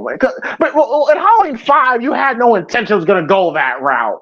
Here, while Rob created this story, it doesn't surprise you it goes this route because it's been building up to this. He drops the knife.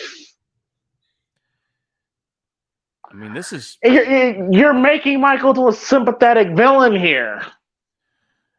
Is that what he was trying to do here? Yes, that's exactly what he was trying to do. He still had the picture. He kept the picture, and yeah, exactly. You see?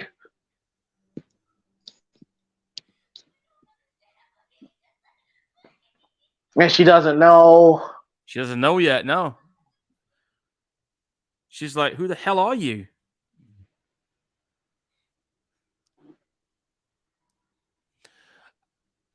I'm not too sure about this scene, really, but I get what Rob's going with. Again, you know me. I don't. Now, if the movie was just him, just he just started chasing her from the basement, then I would have liked that more. He's taking off the mask and he's opening up. He's opening up to her. It's one of them few human moments we see of this guy. He's all sunken down, and it's like he's asking Laurie to help me. How? How are you gonna help him? the hell would you do in this situation? You probably do what she did, but if the knife wasn't there, how are you going to sort that issue out?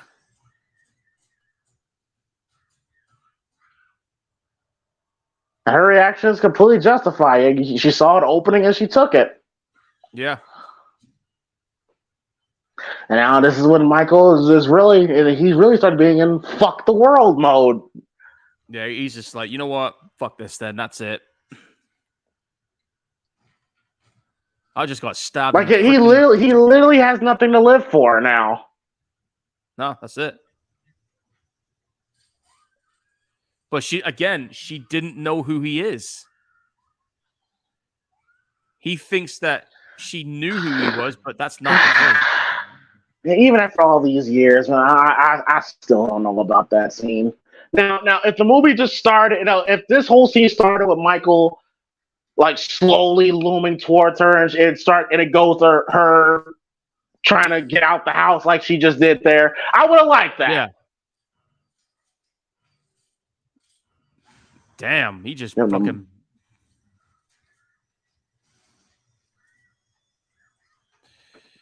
Strong motherfucker. Yeah, he wants to kill her now. That's it. This is a long ass movie, man. Damn. I think it's the longest one. Well, with the exception of the director's cut of part 2, but this was actually the second longest movie in the series, behind the one that comes after this one. Because this director's cut is clocking in at about an hour and 56. And the director's cut of Halloween 2, which is the sequel to this one, was dead on 2 hours. So you're talking like Scream running time. Well, I mean, I guess the Myers family didn't live so bad. They had a fucking pool in their backyard. Wish I had a pool. But I live on a top floor balcony now, so, That's okay, though. Yeah, she's really selling this scene well, just being freaked out right now. Trapped and nowhere to go, and he's pacing back and forth like that. Like a lion playing with, like a cat playing with its prey. Yep. He's just like, well, you stabbed me. Screw it.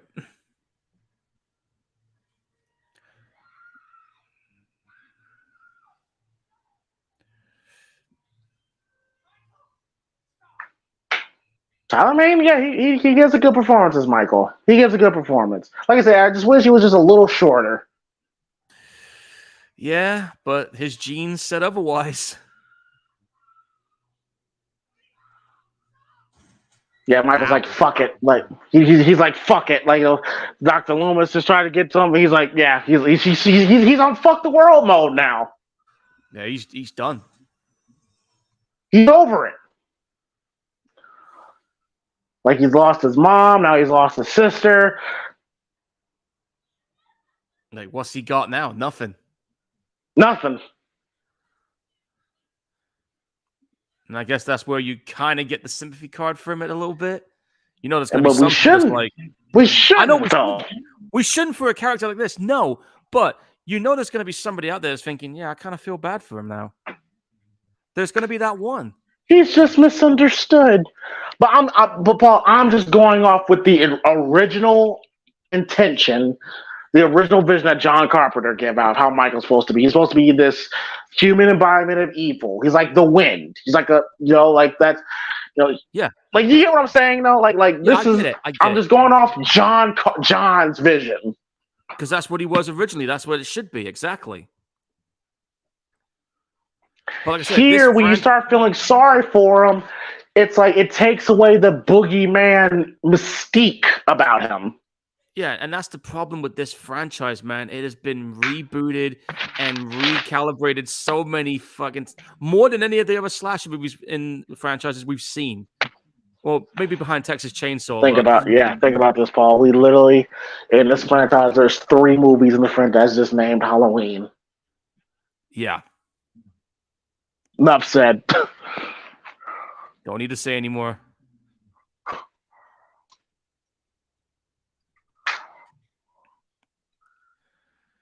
Trying to recreate the what's the boogeyman scene. I don't know if I would have did this. Or him just grabbing her from the car like this. No, that's fine. But when they try to recreate let's get the boogeyman, I do believe that was. I don't know if I would have. I don't know if I would have said that. I probably would have had that to just say yes, it was or something. I don't know. I wouldn't have not said anything. Just have a look and then get ready to drive. That too.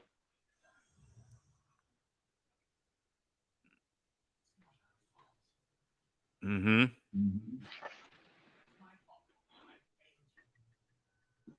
Oh, you finally admitted it. Oh, this is something I would see Dr. Loomis doing, sacrificing himself. Yeah, I would see Donald Pleasance doing that. Yeah, agreed. I thought he was dead in this one when I first saw it. Oh, and I forgot to mention too, when he busts through the window, there was a lot of ribs that were playing in this movie. When Tyler May busts through the window, apparently Malcolm McDowell had no clue Tyler was going to do that. Rob didn't tell him. So when you hear him go, "Jesus Christ, what the hell?" like that was his legit reaction. Dude, I've been the same way too. Yeah, Tyler, he had no clue that Tyler was going to do that. But you know what? To be honest, I got to give Zombie credit for that. That's the best way you can get reactions out of people for a scene. Don't tell them. This is true. Yeah, it's best to get their natural reaction.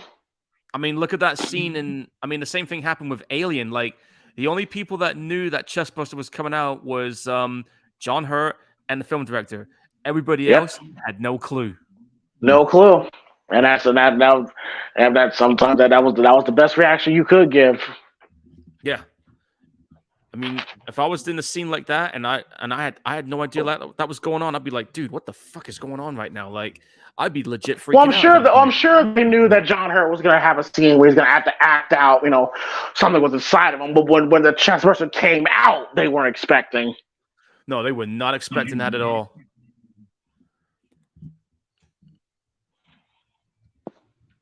This is a long ass finale. Yep. I don't mind it. I maybe would have cut 5 minutes of this out. Like, it's good, but it's kind of dragging a little bit. I agree. Like, maybe I could have cut out the scene coming up here when he kind of busts through the wall looking for her. I think I would have cut that out. I definitely would have kept the ceiling.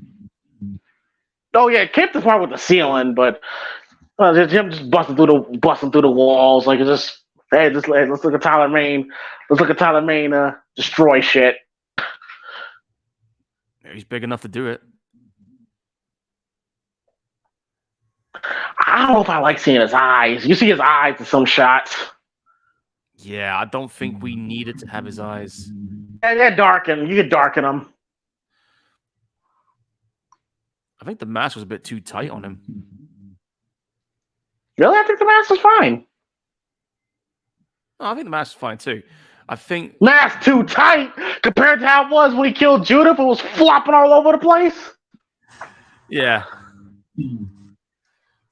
Well, here we go. He's bashing the wall pointlessly. We didn't need this, but okay. Yeah, we really didn't. We could have easily went to her running into the house and going straight into the roof. Yeah, we could have cut that out. Yeah, we didn't need that. I'm just seeing where he's been shot. He's been shot in the arm. He's been shot in the kidney and the shoulder blade, and he's moving around pretty fine. Sandbagging son of a bitch. You was in the industry, Tyler. You should know better. Should know better than the no sell. Yeah. See what I mean? It's kind of dragging a little bit now. Yeah, it does feel like it's going on for a bit too much. You didn't. Like, where are you at now, Paul? I'm at the bit where she's just picked up a gun and exactly. And she's still alive somehow. I don't know how he's still alive, but he is. Yeah, Michael just walked in front of her. He's grabbed his leg. Yeah, like you could have, like when she runs back into the house after he crushes Dr. Holmes' skull. You could have went straight to this part here where she goes to the roof. Yeah, you could have. Not the roof, but the ceiling. The crawl space. Yeah. That whole part where him was looking for her, he back to that could have been easily been cut out. I'm pretty sure Tyler May had a blast. I'm sure he had a blast doing this scene. I know I would have. Just the idea of Myers tearing a house apart to find you is pretty damn scary. Yeah, it is pretty. This scene was very intense in the movie theater for sure. What was people like when they were in the cinema with you? Oh man, it was a very interesting crowd. Like, I had some people say this movie's bullshit. Some people say I kind of like it. Well, I remember when I saw it in the cinema, we had a full house, and I remember some people were like, "Yo, this is pretty cool." I saw maybe one or two people walk out, which is rare for me to see that in this, and it's even rarer for me to do something like that. The last time I walked out of a film was fucking Ghostbusters. Yeah, I can understand why. Yeah. As soon as they started taking the piss out of heavy metal, I just said, yeah, I'm done. As soon as I saw him strike, I don't want to talk about that movie. We'll leave it at that. And she fell through the ceiling. And that fall fucked her up. That was a pretty deep fall, and she's legit fucked up. Like she's hurt. Yeah, like she's got like blood coming out of her mouth. Her eye is messed up. And we've never seen we see Michael rush, but we've never seen him run. It looks like he runs. Yeah, he runs at her. You watch. He drops the 2x4 and then he just fucking guns at her.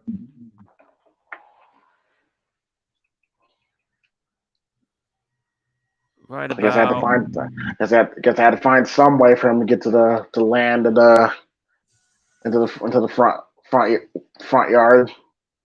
Yep. Now, I will tell you right now, I had no idea that we are going to do a sequel to this. So when this ending scene happened, I thought, oh shit! They thought it was it. It was it, right? I thought, fuck me, they killed him. Because we had no indication there was going to be a number one. I thought this was it. Well, I remember in interviews, Rob said that he wasn't going to do a sequel. He said in interviews he did not want to do a sequel.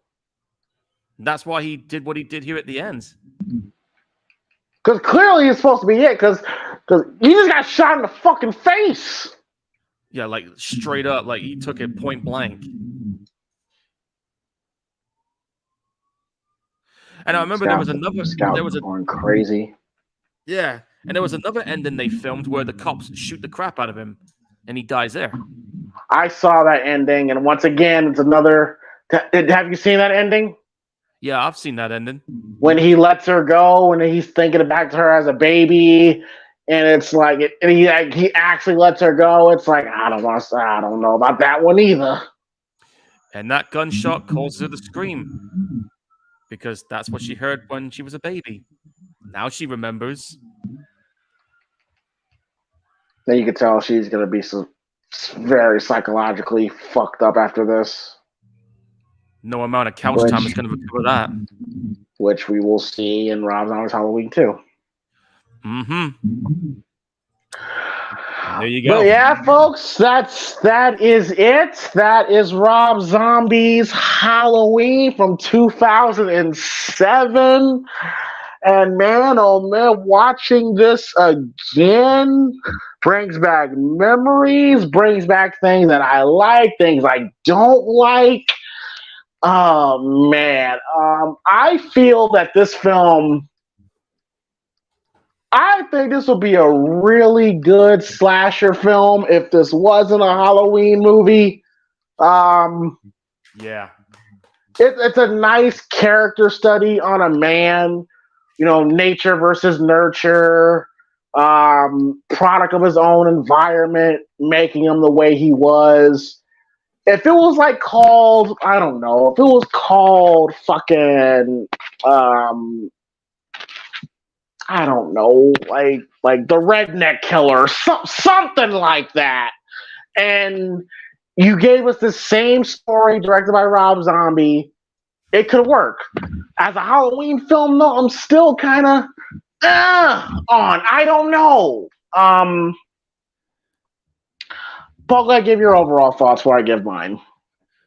It's hard for me to completely like love the movie because there are moments in this movie where I get a little frustrated seeing, but at the same time, there are moments in the movie where I actually liked it. I mean, I remember when I first saw it. I mean, keep in mind, folks, I was in my early 20s when this came out. I was 23 when it came out. So back then, I was just like, fuck yeah, this movie's really cool. But, as the years have gone on, and ever since I've become a former degree student in drama, I kind of learned things a little more. So looking at it now, I'm just kind of like, I can see the errors that were in this movie and what could have been done better and what they couldn't, have on their period. But it's like a mixed bag for me right now because I like Rob Zombie films. There's a few of them that I like, but for this one, it's kind of like I'm kind of in the middle with this because like it's good. There were some elements where it's good, but there are elements where it kind of drags it down, to the point where it's just like, this ain't a Halloween movie. But that aside, I can still say I can tolerate these more than the last Halloween movie we saw recently. And I can say that with a straight face and, honestly.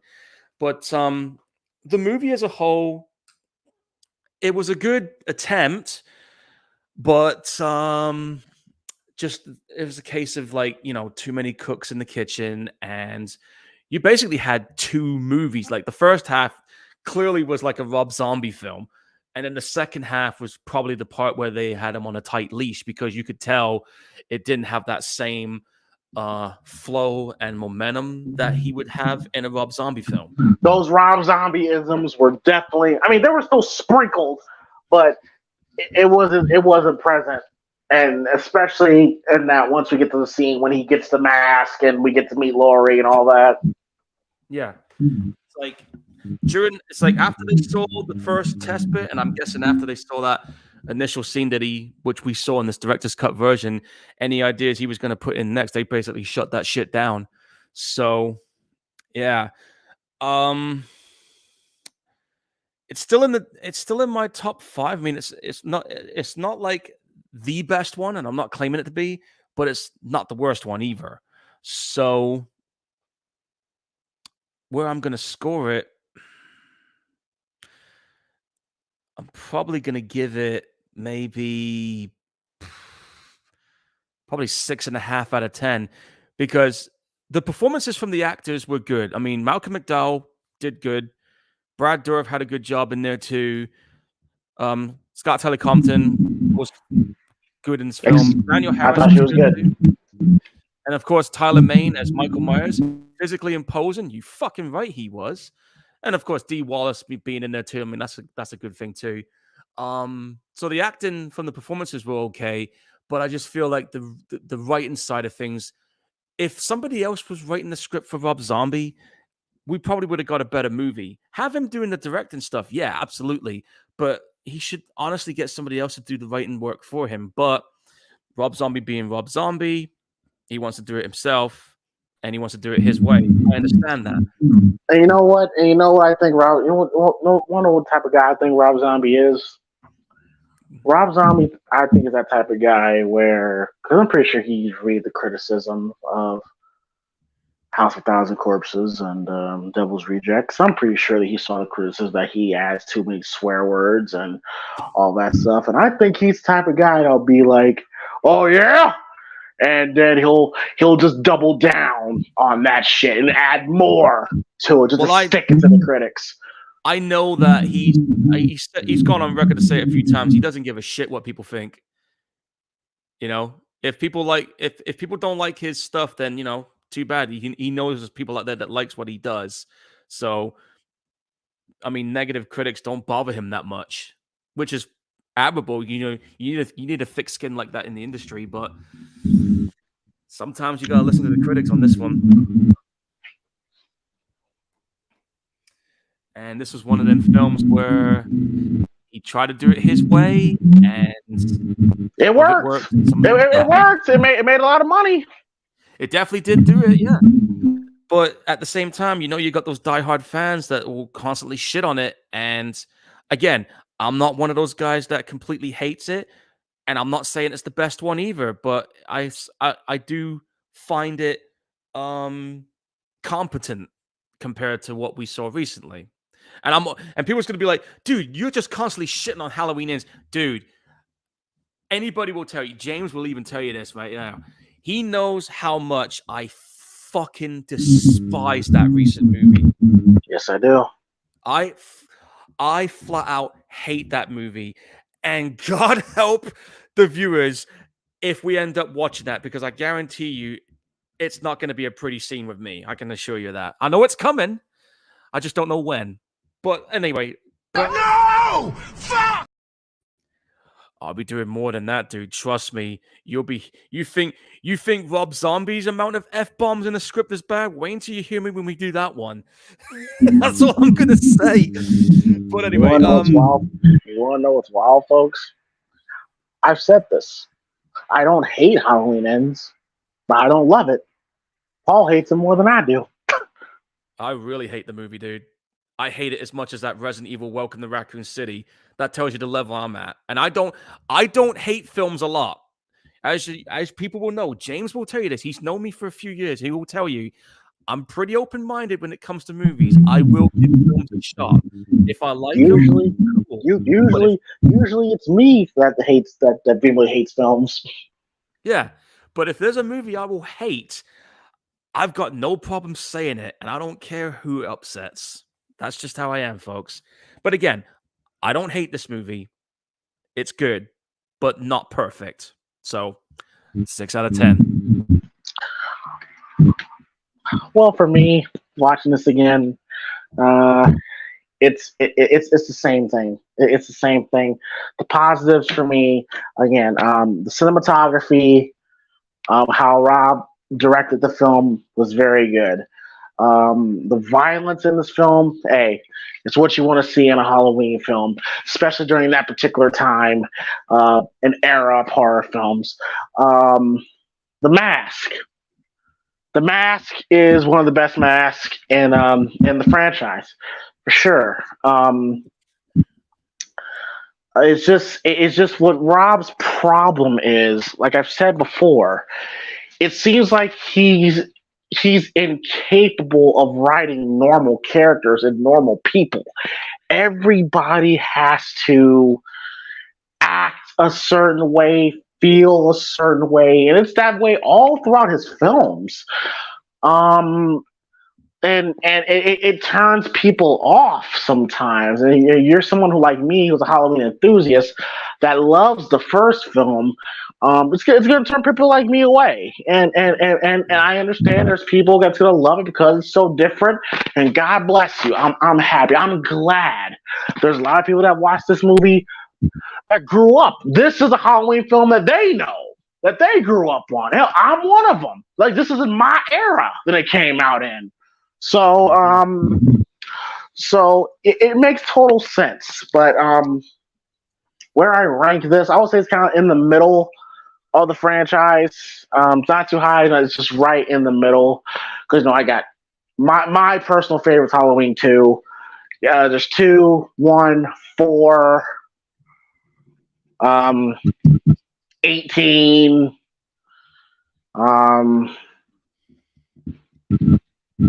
Kills, then maybe this. Yeah. But it's right in the middle of the road for me. Listen, I thought Scout Lieutenant Compton did fine as Lori. It's not her fault. I thought Malcolm McDowell was exceptional Loomis. I would have picked him as Loomis. I just feel like if you just switch some things around, if you switch some, like I said earlier, Paul, like, instead of William Forsythe, the Sherry Moon Zombie, and the whole skull fuck you bitch scene, just switch the stat scene with the scene when D. Wallace is making breakfast and Mr. Strode is Mr. Myers. He's looking for his glasses and all that stuff. That whole mid America feel. You know what I'm saying?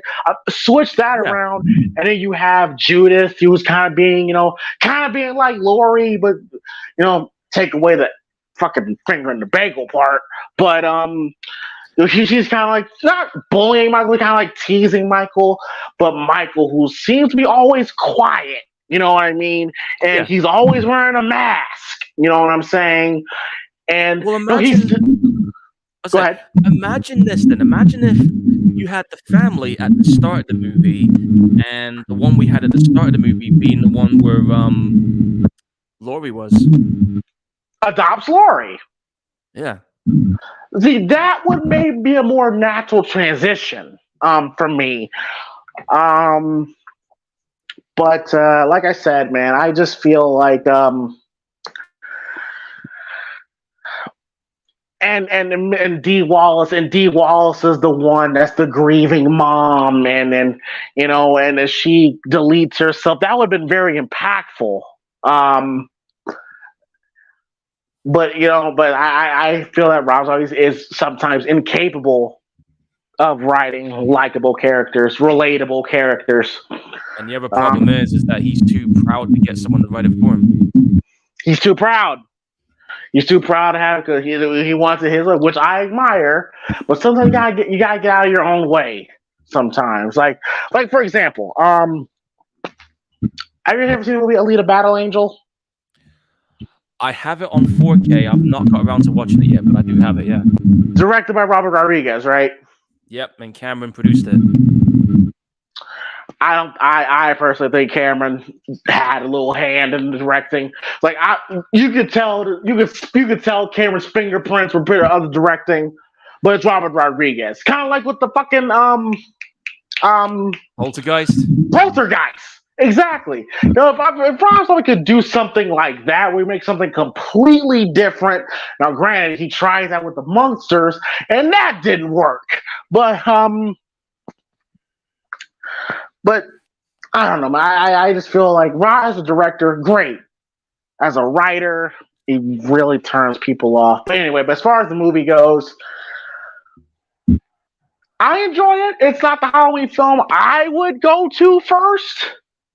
But if you're in that mood for that very aggressive, gritty, in-your-face, probably the most aggressive Michael we've seen at this point, it's the movie for you. For me, I would gladly prefer the original 78 film, but yeah, I enjoyed watching it. I enjoyed it. I had fun watching it. Of course, I had fun watching it with Paul and you guys as well. I don't hate the film. Don't love it, but I don't hate it like Halloween fans do, for sure.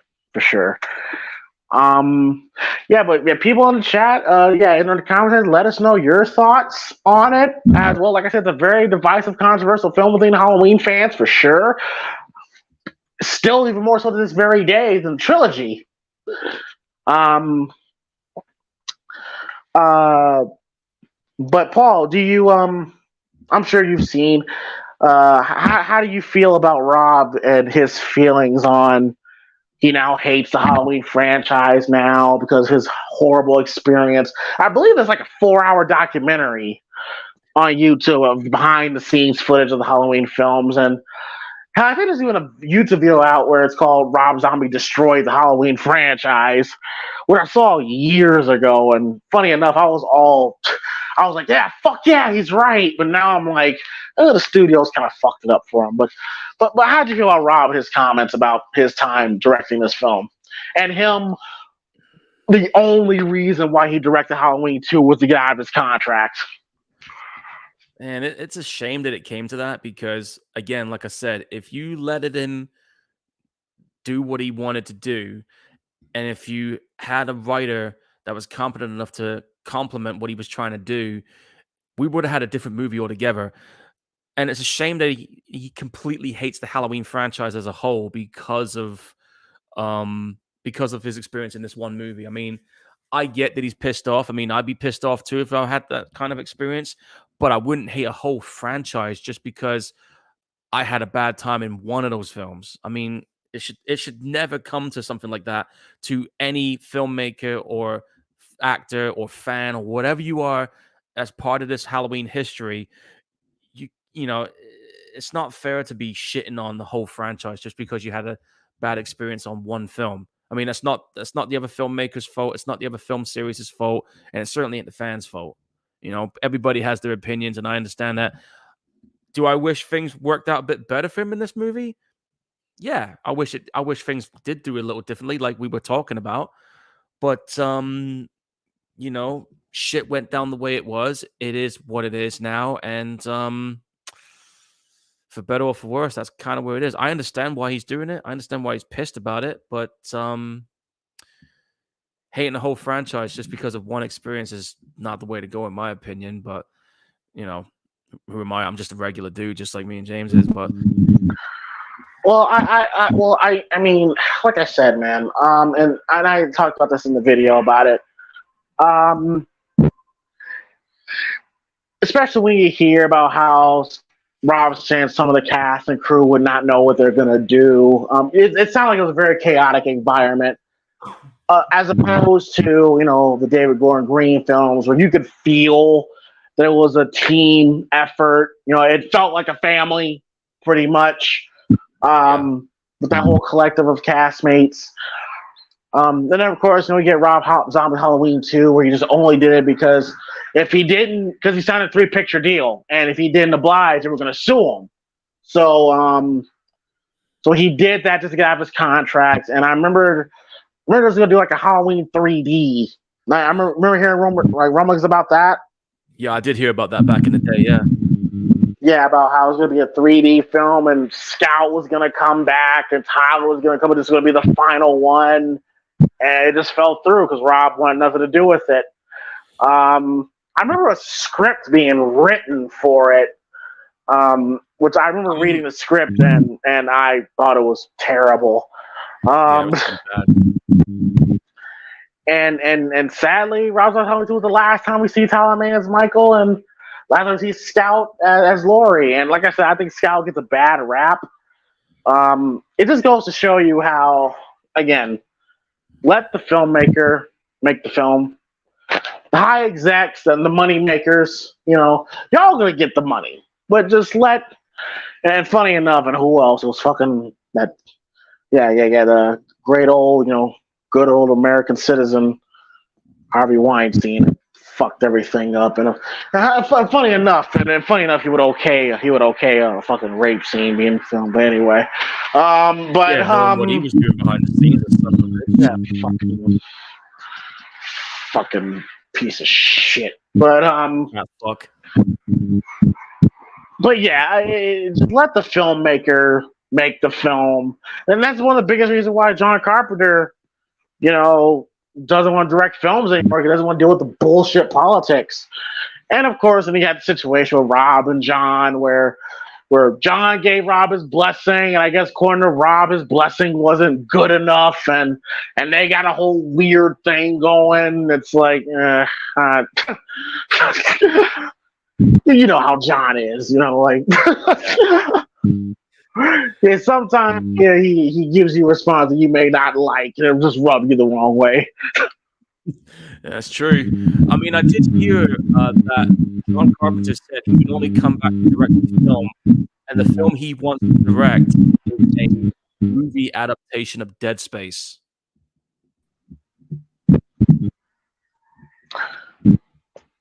I'd be interested. I mean, anything John Carpenter, I'd be interested. I mean, for God's sake, what's the last movie? I think the last movie I remember him like fully directing that I saw was Ghost of Mars. And I like Ghost of Mars. Well, Ghost of Mars is cool, but the last movie he directed featured Amber Turd in the Cold War. Oh, that bitch. Yep, that bitch. Oh, the other thing I've been hearing also, this came straight from John Carpenter when I heard this news article. there is talks about another Thing movie, but it's going to be a direct follow-up to the Carpenter's film. And I think they're going to be, if that's the case, then I reckon they're going to be following the storyline that video game did. You know, the way how these movies are, where they like to shit on the characters of the older films. I can already see it now. Kurt Russell gonna come back. They'll completely change his character. They'll have him die in some bullshit way halfway through the film. I'm good on that. Well, I do know on the video game at the end, it turns out the person that helped him get away was R.J. McCready, but he had the fucking thing in him while flying off. That's the video game. See, there you go. I'm good. Might change, you never know, but I probably will check it out because that's just how I am. It's my nature.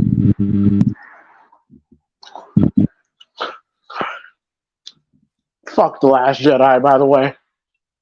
Oh, don't get me started on that fucking movie. But yeah, but You want me writing on that one? I know. I bet The Last Jedi and Star Wars fans will just go into a fucking conniption. But But yeah, man. So that's Rob Zombie's Halloween from 2007. That was fun. That was absolutely fun to go back and watch the film again. Sparked the conversation, of course, and you guys are feel free to share your thoughts in the comment section. Oh, and just let you know, unfortunately, I have a show next Friday, so I won't be able to do a primetime Gorehounds show next Friday. Maybe, Paul, if you're up to it, maybe that Saturday. I should be free that Saturday. Let me check my calendar. Hang on. Let me see what's going on Saturday.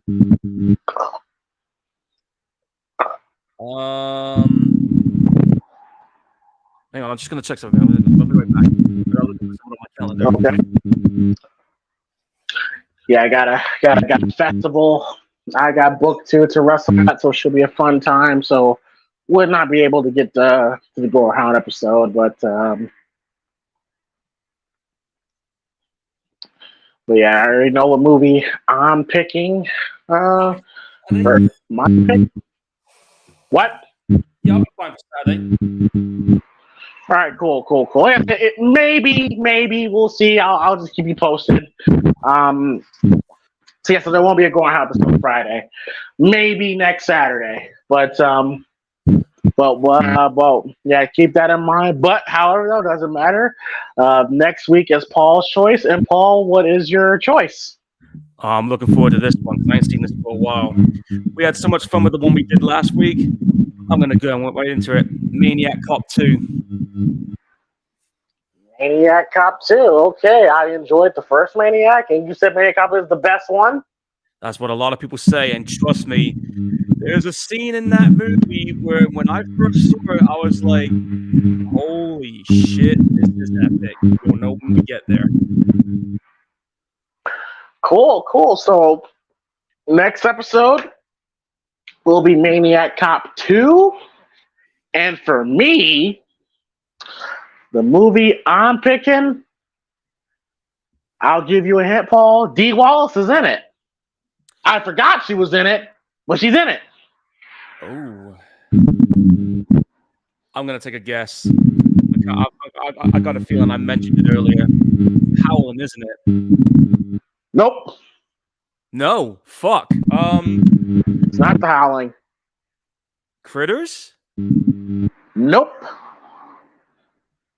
Does it involve a dog? Want me to go ahead and say it? Put me out of my misery. Do it. My next pick will be the 1977 version of The Hills Have Eyes. Fuck yeah, let's go. I ain't done that for a while. Yes, the 1977 version of The Hills Have Eyes will be my pick after Maniac Cop. So yeah, two two good ones that we got prepared for y'all. Nice. All right, well, good shit. All right, well, Paul, I know it's pretty late over there, so let's go ahead and wrap this shit up. Paul, tell them where they can find you. Well, you can find me, guys, on Twitch, typing Gorehound 1983. I've been replaying Dead Island 2 again because why not? Because it's a fun fucking zombie game.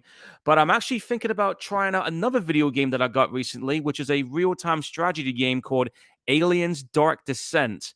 Very interested in playing that one. And plus, I've rarely played a strategy game before, so should be fun to see how I do on that. All right, cool. As for me, you can find me on Primetime James Thomas on YouTube. That's my wrestling channel, and of course, you got the Primetime Movie Now. We finally hit 100 subs, so I'm happy with that. We got 100 subs. Let's try to get to 200. 105 subs. Okay, hey, let's try to get to 200. Each day by day, we're growing. So thank you very much for y'all, and thank you very much for the subs. Hey, I'm doing something right. It's growing. So, of course, you got the Primetime Movie Network, and of course, don't forget to check me out on my main channel, Primetime, the Primetime Podcast. Tomorrow night will be the Money in the Bank live commentary. I think it's in your neck of the woods there, Paul. You gotta check it out. Oh, yeah, I'm going to be checking it out. I'm going to check it out live, and I'll probably join in on the Discord chat because it's at 9 o'clock where I'm at. Cool. Who do you, any predictions? Well, as far as who I think should win Money in the Bank, I'm probably going to go with, because I enjoyed this guy's work in TNA, I'm going to go with LA Knight. And as far as the main event title goes between Seth and Finn, I reckon that's going to be a good match. I know you're probably going to be pulling for Coach. I'm kind of hoping Finn wins. It's been a while since he won the belt. But if LA Knight doesn't win, I'm hoping maybe, I don't know, Damian Priest. So that's my two picks for Money in the Bank. What about for the women? Who's in that one again? I haven't looked at that one yet.